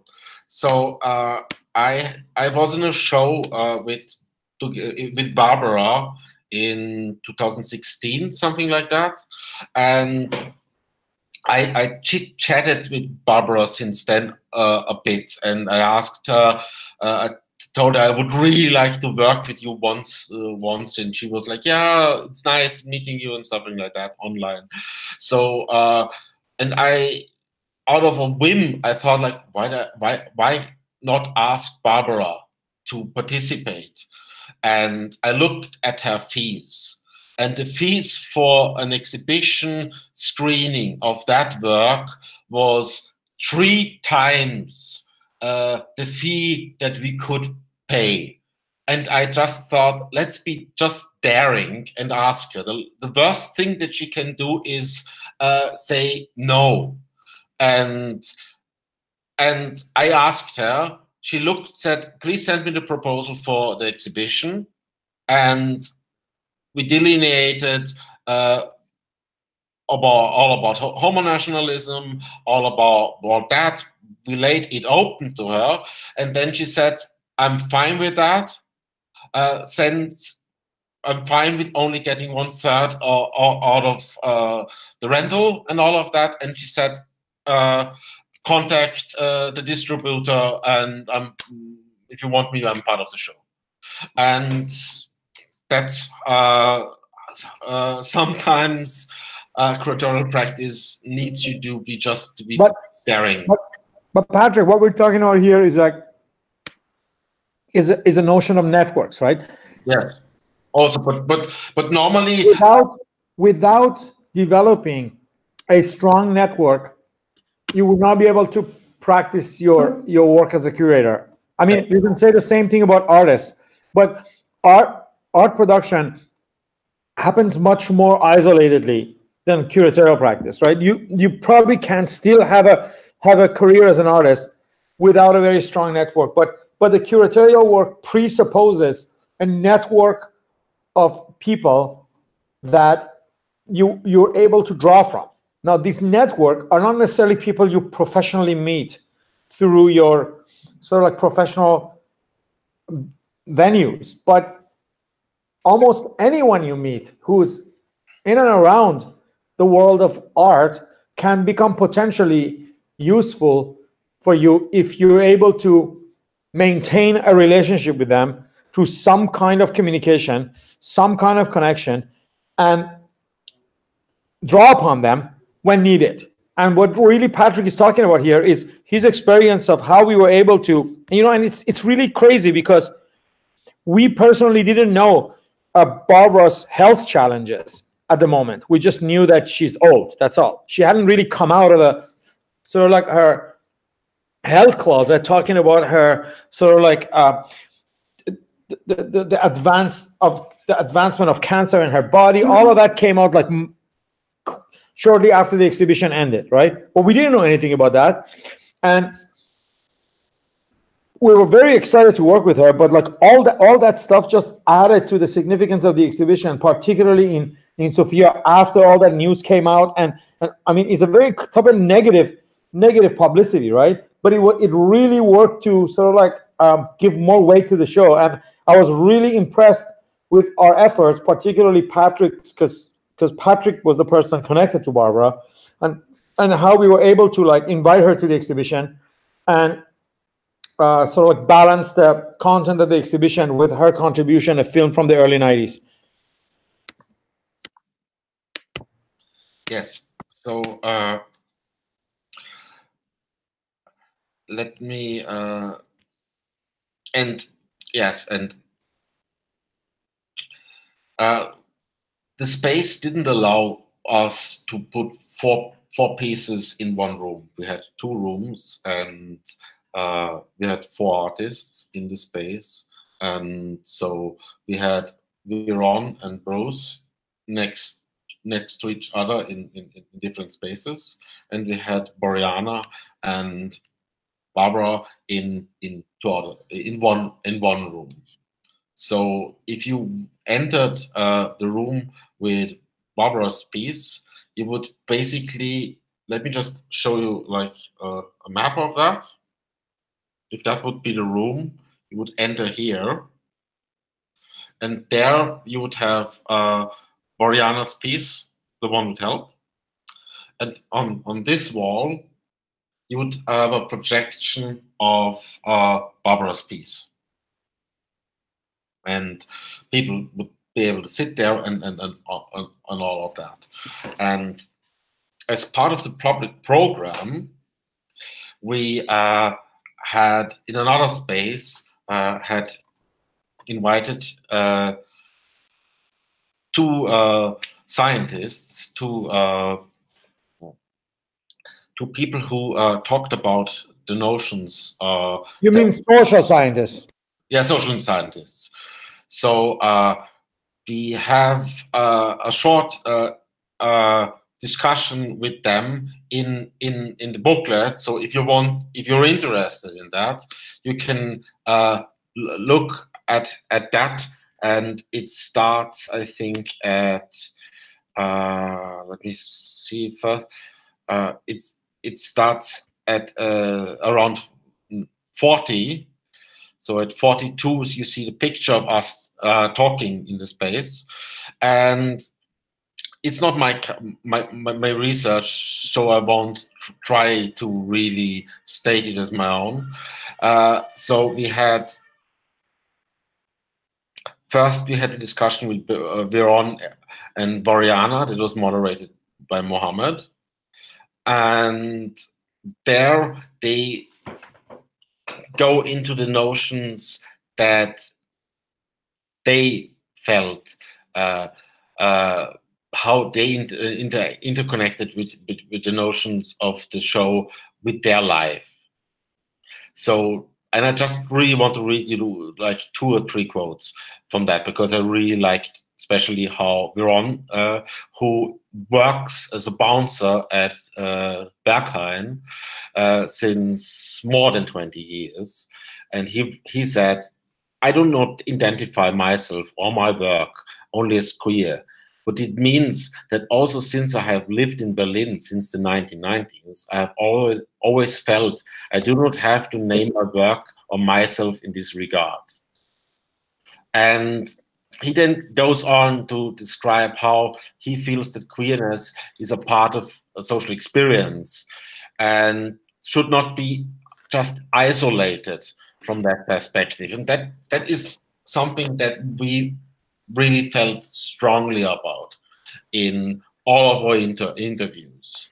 And I would like to just say something very shortly there. It was amazing how the public engaged with the project, because normally if you do a show in Austria or in Germany, or you do it in London, you get like 3 papers who might ask for an interview.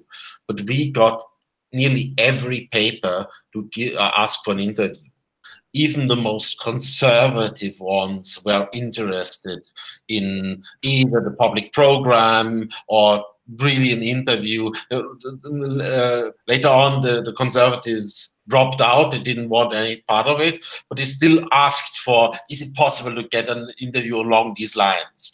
And we didn't. Well, it just shows that, you know, like, I was actually discussing this with Lauren, because Lauren was talking about like starting a project at a university known for conservatism. I'm not sure if I'm framing it right.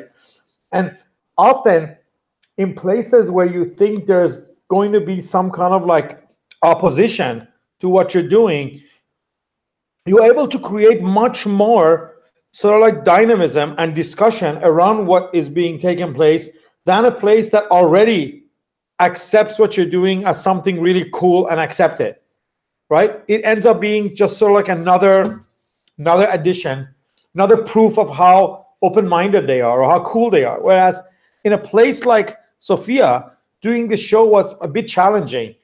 You know, there were like fears that some of these like really right-wing journalists will actually try to use this to ask the government to defund the museum or something. We were asked to particularly not to do interview with a couple of journalists that are known for sort of like sensationalizing things. And we were asked that if they contact you, try not to do an interview with them. In fact, what happened was one of these 2 journalists contacted us because they thought the refugee story was real. And they were really like thinking like, oh, you're bad-mouthing our country. You should tell us what refugee center this refugee was assaulted, because we really want to do a story about how badly these centers are run by liberals and show that like they're not really helping these refugees, but they're creating a possibility for their rape and assault. And then we really had to talk to the journalists and say, this is a narrative. This story is not real. This person is not in Bulgaria. And the story is completely fabricated to make a point. And no, we're not going to do an interview with you. Go ahead. But I have to clarify one thing. While the story in itself is fictional, all of the parts of the story have happened to other people, and we just took truth and combined it. It's in a way, it's just more cooked down version of what's currently happening. We could have made 5 posters that of true events of 5 people, and we could have completely had not needed to go into fiction, but you wanted to have 1 poster with 1 person. And so in a way it is fabricated, but then it's not.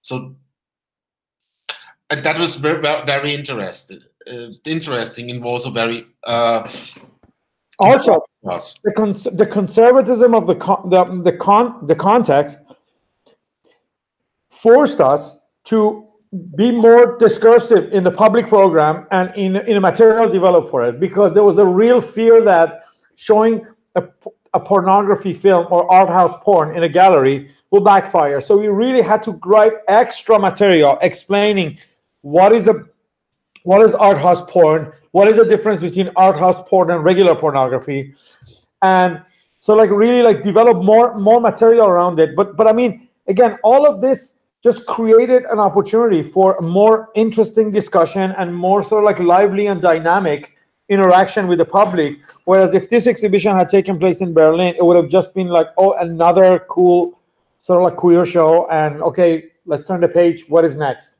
So yeah, so that's why I think taking on challenges in such sort of like quote unquote conservative or context is actually an opportunity for doing things that normally you won't be able to do in a more sort of like quote unquote liberal setting? Yeah, because in such a setting, such a show is basically like LD50 in London, but just turned around its heel. And what is really interesting for me that the story of the left or the liberals in Bulgaria is that communism was such an amazing thing to happen for queers and gays and lesbians, but it was completely, but it's actually a counter narrative to the actual truth, because from our research, what we found out that they actually had a Stalinist trial, a show trial against homosexuality, and basically did that to fight against notions of people who were critical of the Bulgarian Stalinist regime. Yeah, basically label them as queer to prosecute them. Yeah, absolutely. So it was the history of the conservatives say, gays and then the communists, they are the same and stuff like that. And the communists, they are really like, yeah, we are like that. When actually the real history is counter to that. And so yeah, there's a continuity between conservative ideologies that are homophobic and the way homosexuality was used in order to fight off kind of like opposition to communist regimes in Bulgaria and other places. So what I think what somebody can learn from that is you should not lay down in the well-made bed that somebody presents to you and say, look, just do a show about how amazing queerness is, and it's tied into that. Dare to go out of all of that corset and break away from it, and actually position yourself and say that's actually not true, and dare to step. Take your foot and step it into the door and say, I'm actually really making a position that is not partisan. We are not want to have a queerness as a partisan issue. It should really step away from that. It should not be a position that says that uses lies and mythopoiesis. So the next time the conservatives comes in power, the first people who will then feel the wrath of the new regime will be queers, but those who have used them to foster their own possible political ascent will no longer be there to help them. Just to wrap up, this actually was extensively addressed in the public program. In the way sort of like artists are sort of like also are used today in the kind of like civil war between the conservatives and liberals in Europe and in America, particularly in Europe, particularly in Germany, right? Like there was this movement, I'm sure Lauren knows about it, but a few months ago, some museum directors sort of like asked artists to sign this petition against the rise of fascism or rise of right-wingism, right? So like saying like, you artists are like really in the front line. It's like, please don't put us there. Please don't make us the human shield of the failure of failures of neoliberalism that caused the rise of fascism or rise of right-wingism. We are trying to like just survive. And I mean, as we see in Austria, the context that I'm in right now, we have a very right-wing government in place, but life must go on for art institutions and artists. It's not like if artists, I mean, we obviously we're anti-right-wing and anti-conservative, but stating it and identifying fully with one side of this debate will make the minute the Austrian government changed, they cut all the funding to feminist collectives and to art institutions, right? Why? Because for so long these institutions have politically identified themselves openly with the liberals. that like they're the first victims of this right-wing government, right? So I think part of the challenge is to, without supporting fascism, how to not be utilized by either side as the hero or the victim in this skirmisher that goes on between left and the right, or the existing left and the right. So that was also another thing that like was extensively addressed in the public program by Viran, by myself, by Joao, and by others. But you know, we only have about half an hour left, Patrick. I think it's important to sort of like, I want to like bring up the questions that will constitute, and I mean, we only have 3 of the students in a class right now. 6 people are missing, and we have to somehow communicate that to the rest. And I think the discussion about this should be left to the beginning of the next session. But this is sort of like what we thought as a sort of, maybe we can turn this into like some kind of a collective statement, especially if all 9 people and me and Patrick also contribute to that, right? I'm going to post a question to the side. These are like about 5 questions that I've drafted. Very basic one, but actually sort of like back to basic questions. And if we can write 200 words to respond to each question by next week, here are the questions.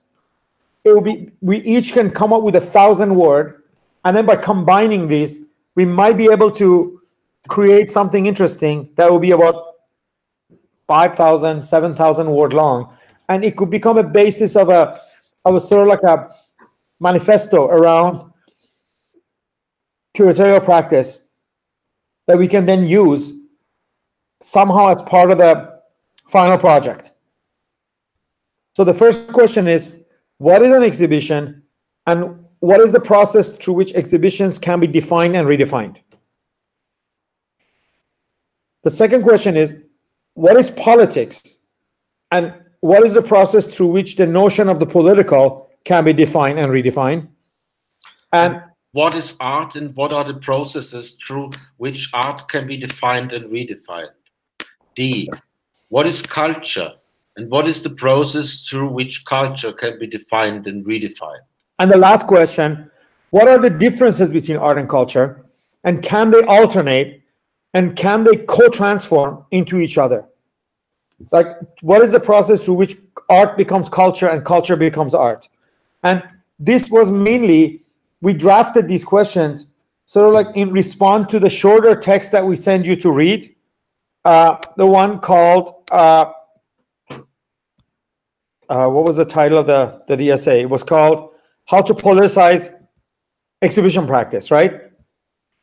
Quite an old document from 2007 by Dmitry Vilensky. And Dmitry is a friend, right? Yeah, he's a friend. Yeah, he's a friend. We just recently hung out with him in Brussels, actually, where you are, Lauren. But I think it was like an exhibition at the Extra City, and he was participating as an artist and as a participant in a public program, and we hung out with him. And he has actually a very supportive of our news center, and we were going to include him in the curatorial seminar, but he just didn't have the time. You're in Antwerp. Okay, sorry about that. Yeah, so if we can each write about 200 words from your own personal opinion about these questions, that would be great. And also, since 6 people are missing from the class, I think maybe we can end the class today half an hour early and save the half an hour, because 2 things that I was going to do, we can run a little discussion for those of you who read the text to sort of like get an opinion on video about what you read. And then maybe as we send the email to everyone to participate in this practice of collective writing, we would extend the session next week, half an hour extra, and we would go over these questions and get people to discuss them a little bit. But so if we can, go ahead, Patrick. Maybe we just give the people in the class a chance to pose some questions. And well, there's 3 people here, right? So maybe we can just open it up and discuss both the text that they read, and also any question that came up from today. Yeah, because I held classes with 2 students for 2 hours. So if somebody has enough questions, I think half an hour is sometimes even not enough. So let's see. If you have questions, then please shoot. But I do want to extend the class next week to really get to the bottom of these questions, because I think, you know, the document that we ask people to read make a lot of assumptions about what is art, what is culture, what is politics, right? And I think it's very important to reopen these questions and to see if we can somehow redefine them. Lauren just wrote that there are some questions to be asked from the side. So amazing. Do you? I just wrote them out, and maybe it's easier for everyone to read them. I mean, I also was away for a moment, so if you've already gone through these, please don't answer them for everyone else again. But your project very much connects to my work, so these are questions I'm also asking. Okay, I will read it out. Okay. Okay, so it says, what is the relation to the queer in Bulgaria as opposed to gay? And further, what do you feel that the responsibility of the curator is after the conclusion of the show, and the responsibility to change institutions when you are within them? And further, what is the relation to differing language contexts within Bulgaria? How do we get around the question of queer as being something imported by an English-speaking context? Very important questions.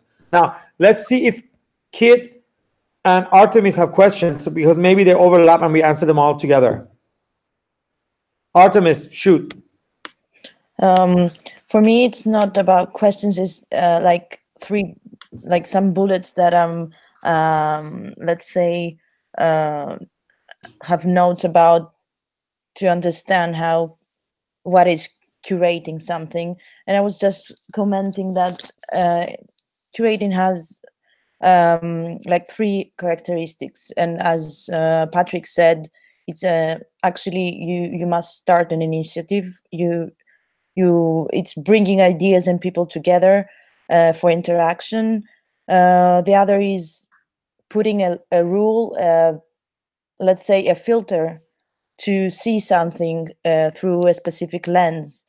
And the third is to create a narrative, to tell a story, as you, for example, as you presented the combination of the stories as a narrative, a complete unit.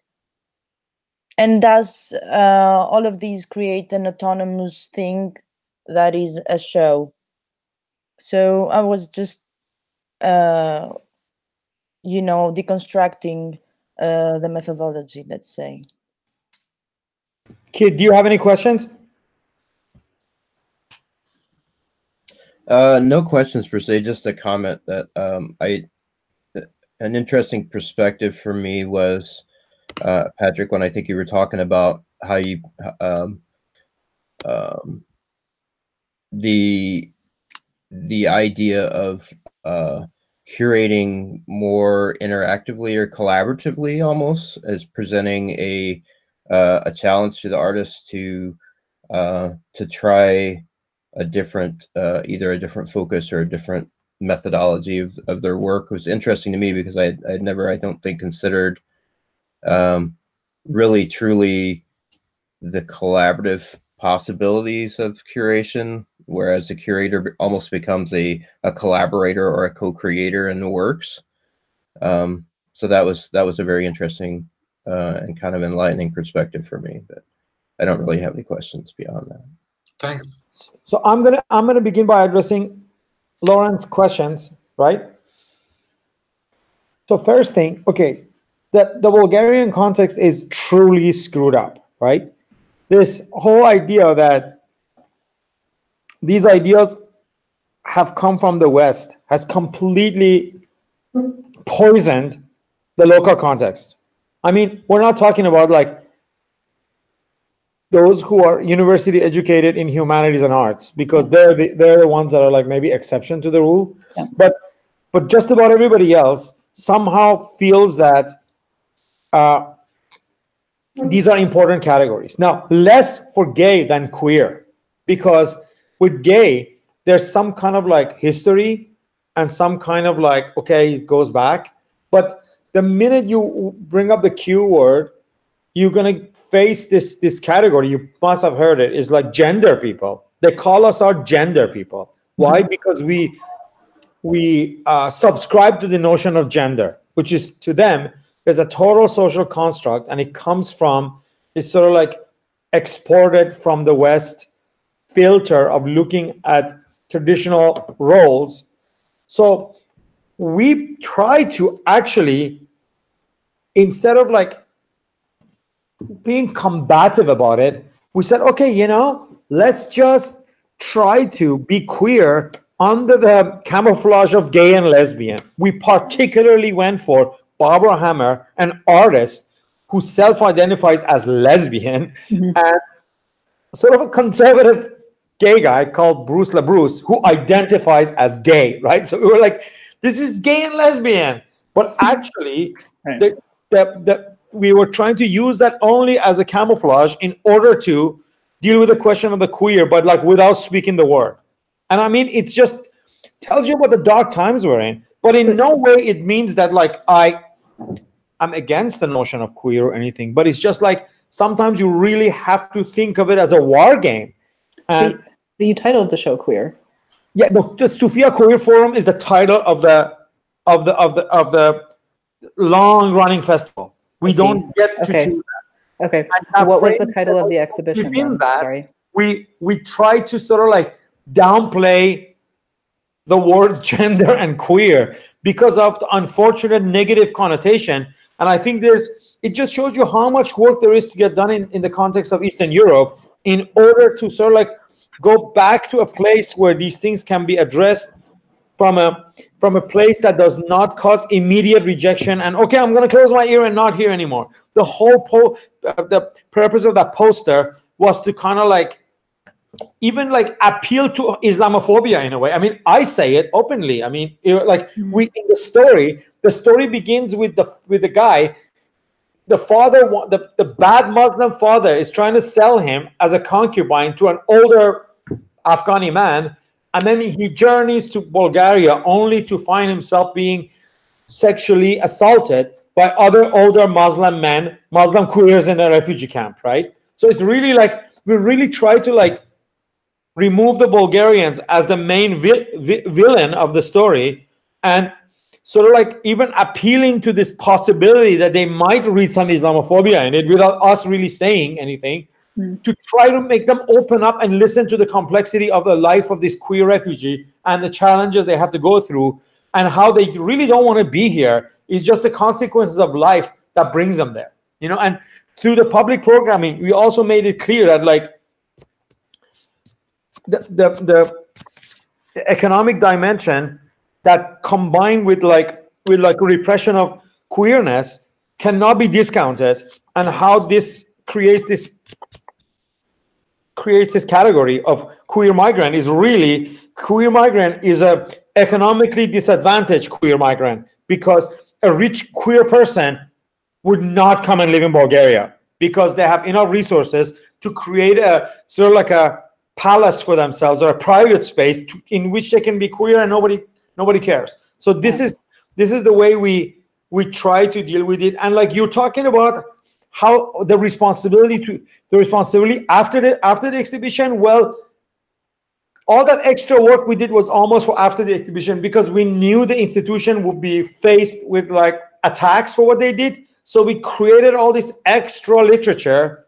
So then the director and the director of this institution that had asked us to do this will have ammunition to be able to sort of like fight back if they came after her and try to sort of like bother her about like, why are you showing pornography in a gallery?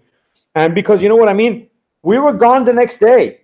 The opening happens and you're gone, right? And then the people who run the institution are left with this problematic work, and they have to live with it for a month and a half.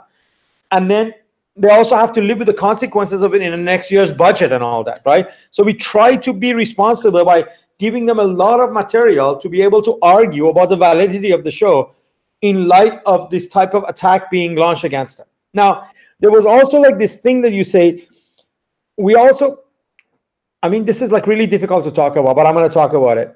we brought with us a different standard of working, which in a way partially a little bit, you can call it colonial, because we wanted certain standards that was really like important for us to maintain. Standards in terms of how much artists needs to be paid, how artists need to be communicated with, if there are guests and they're coming, where they need to stay, how they need to be treated. And these were the things that were a little bit new to this festival, because they always thought because it's a queer festival, everybody would just do it for free. Everybody would just like stay in somewhere crappy, or like, you know what I mean, take a bus instead of plane. And we were like, no, we can't do that. We have to really respect the artists, pay them properly.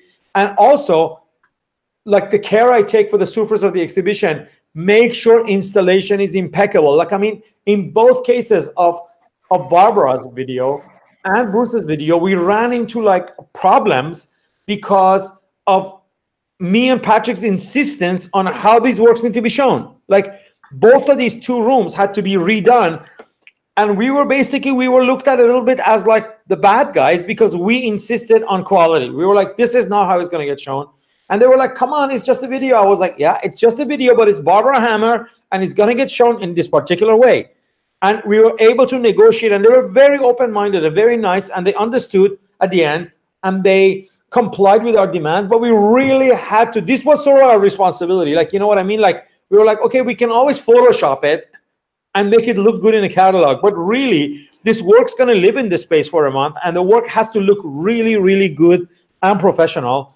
And yeah, can I ask something about that though, or can I respond back to what you're saying? Yes. So I thank you for bringing this up, because I think it's actually a really difficult thing to talk about, and talking about it through a colonial lens, I think, makes it more intense, but maybe is also the correct lens to be using it through. It is. Yeah, but I think that there's so many things about that, because it's that I think that when I asked the question about queer, so I went to this summer school that's was in Belgrade, Serbia, and the idea of the summer school is bringing queer theory scholars from post-Soviet contexts and from North American contexts together, and thinking about what queer means in these different contexts and how it can be an ideology that works in different places. Because what tends to happen is North American discourse becomes transported to Eastern European or even European contexts, and even the language that we're all using is very much in that framework or that vernacular. And so I'm thinking a lot about what it means to be a North American curator working in an Eastern European space, where the kinds of it is so much of an imported ideology, right? Which is mirroring colonialism. So then, but as a curator, you have to fight to get the kind of way that you want it to be done, like more like a white cube, I guess is what you're saying, that you wanted it to approach that standard. But doesn't it that wasn't just white cube, but yeah, white cube was part of it. But doesn't that further the same problem of what's happening with, like, doesn't it replicate the same type of, like, this is the way that we do it here, so one must need to do it there in order to have us, right? And it doesn't that then further the divide? And I'm saying this open, like, I don't mean to be critical. Okay, I'm really asking. I have an answer. Yeah. Like, yeah, a few years ago, back in Gwangju, I don't name artists because it's somehow private, right? A prominent artist's work was installed, and it was markedly different than how that work had already appeared in other exhibitions, because it's an important work, and it had already been shown in 3 or 4 other big international exhibitions, and now it was being included in Gwangju Biennale, and it looked totally different. It looked like a Korean version of it, right? It was like the artist came, and I actually personally thought this is really lovely. I wish the artist will stick with it, because it looks really cool. It's so different than how all the other biennales who have shown this work, you know? But the artist came, and she or he refused to let the show open, or like the room open. And they said, this has to go back to its original look, before you can show this work. I will refuse to sign off. So the artist did not sign off, and actually that room, it said it's closed, and it opened a week later because the whole thing had to be scrapped and reinstalled. Imagine all the money that was spent to originally install it and reinstall it.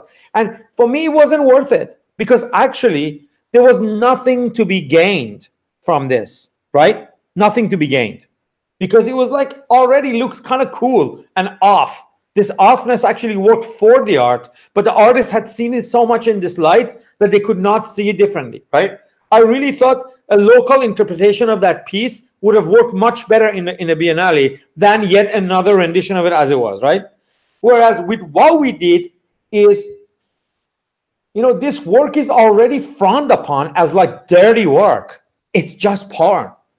If you don't give it the proper exhibition armature, you're also allowing it to be frowned upon. Whereas in a context where like already people are coming to it and looking down at it, you really need to use this luxurious white cube look to actually open them up to the work. So I actually asked myself, so this demand you're having, what is the difference from that thing you experienced in 2016? And the way I justified it was like, that's how I justified it. I said, the queer content of the work is already considered lower class. If we allow the quality of the installation to be low too, then it's just gone. Whereas if we lift it up and make it look really good and legit and white cubey, that would legitimize the work as like, oh, I might not agree with it, but look, it looks exactly like contemporary art in all the good museums. So that would become like a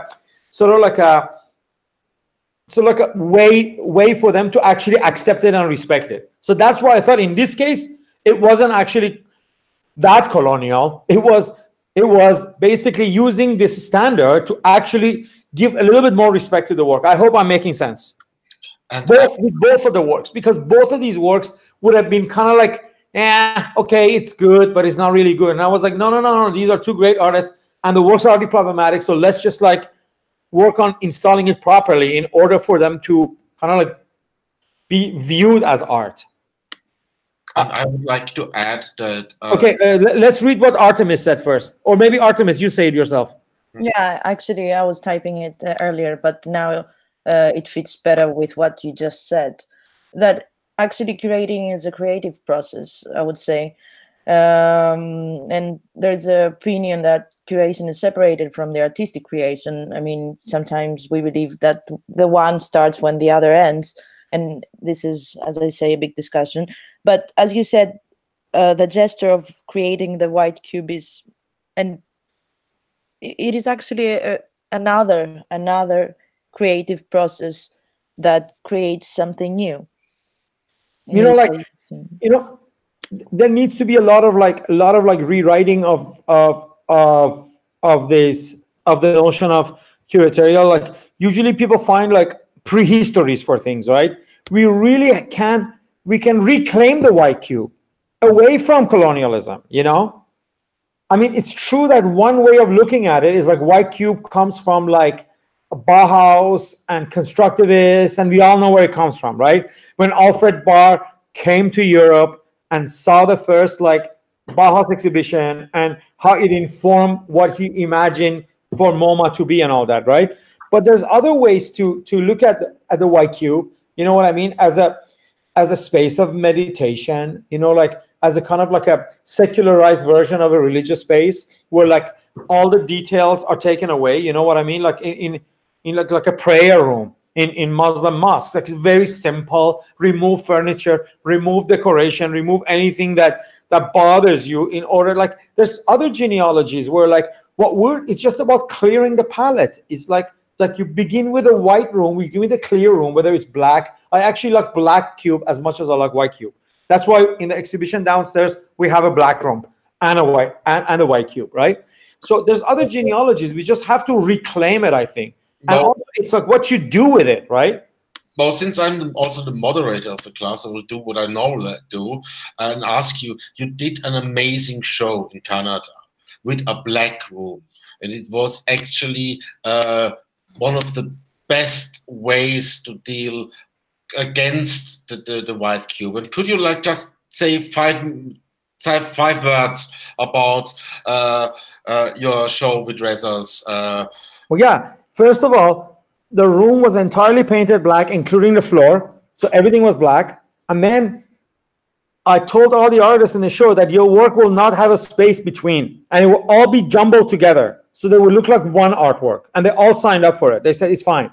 Because I had asked them to respond to this text by Reza on the problem of computation. And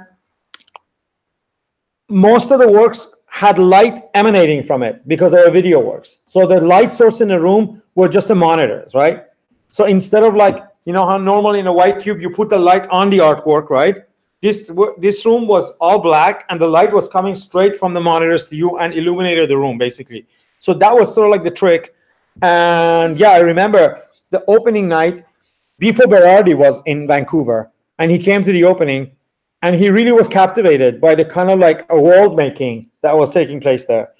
And of course it was like months later, everybody started doing these black rooms, and now it's a normal practice to have a black cube as much as you have a white cube. I think the next big show that came out was a show in Pompidou Center in the following year, in which large section of the artworks were self-illuminating and they were in a black room instead of a white cube. But yeah, but it's sort of like work itself that way. Go ahead, Lauren. You're saying you're disagreeing. It's totally fine. Yeah, no, I know. I think that this idea of the neutral, I think I disagree with the idea of the neutral, or that like space can be neutral. I don't believe in that. And I also think, for me, I come from a feminist idea of situated politics. So thinking about how to situate oneself within a space, and also within the histories of that space is incredibly important. So, and I think that also applies within art practice and art curatorial practice as well. So I just wanted to say that I think I disagree with the neutral. I understand why you're using it and how you're using it and why you would choose to use it. It's a choice to do that. I just have a hard time figuring out how to use that for myself. Well, that's all I wanted to say. Okay, this is another metaphor I've used before as a role of a curator, right? You know, the social world is like full of force, right? Imagine like a space of a gallery as a shrinking space in which socioeconomic forces are forcing, and there's no space because these conflicting forces are just like this, right? The curator's task to me is to come in and push these forces away. These forces won't go away. They're there. But you just basically clear some space, use your influence and clout and position to basically create a momentary empty space in between as you're holding these walls with your hand. And those forces are right behind the wall, pushing against you, asking you to do certain things there, asking to override it with the same rules that were there before you come in and open the space. And you literally are with 4 hands. I mean, humans have 2 hands, but imagine you have 2 hands and 2 legs. Each one of these extensions is holding one of these walls in order for the artist to quickly come into the space that you created to do something. And soon you're going to get tired and you're going to let go, and those forces will crash in. And that, so this space of neutrality that I talk about is totally a constructed space. It takes a lot of space and energy, and it's still very limited. It's not purely neutral. It's relatively neutral, right? Because you yourself, as you're holding this wall up, you have your own prejudices, you have your own desires, you have your own agendas, personal and political and ideological, right? But the fact of the matter is, like, a good curator will actually try to push these forces aside, push these forces out to generate a space in which something can momentarily take place. And soon you will let go, and those forces will come and make it go away. And it's time for another person to come and reinvent this quote unquote neutral space in a different way. I don't know if that's sort of like helpful, the metaphor of curator as someone who pushes these walls and open up the space, basically. I would like to add one thing, because that's, for me, it's very important that I see myself, if I do a show as a curator with people, I basically try to think of myself as a facilitator, but not as a facilitator from the position of the guy who owns the artist, like I'm his employer. I'm more trying to foster the interaction between being parts of the work council and the employer. So I have to work to create a possibility so the artwork of the artist who trusts me is shown in its best form. Very often, and I have experienced that myself in quote-unquote good spaces in all over the world, where I went in and I was like, yeah, amazing, I'm in this show, and then I saw my work and I was like aghast, and the curator was like, come on, let's eat something and drink. It's after the opening, and I'm like, no, goodbye, I'm going to the hotel. It's not. This is awful. And I think it's really, although the curator clearly is more in the employer position and more in the position of holding the strings, which should still instill himself or herself or itself with a little bit of works council virus now and then to actually push away the notion of being the employer who just says, the powers that be say, I don't need to paint the wall, then let's don't do it, and things like that. So I think wherever you show, you have a kind of necessity to earn the trust of the artists that you work with and actually win back the trust of artists who have worked with curators and lost trust in curators because of that. Just okay.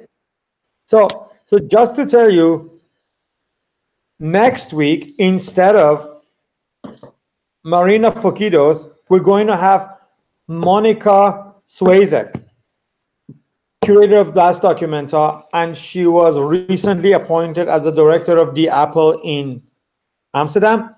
So she will substitute Marina, who will be traveling to Cuba. And we will forward you the material that she wants us to read as soon as we receive it. So yeah, unfortunately, this change of plan, I wanted to announce it.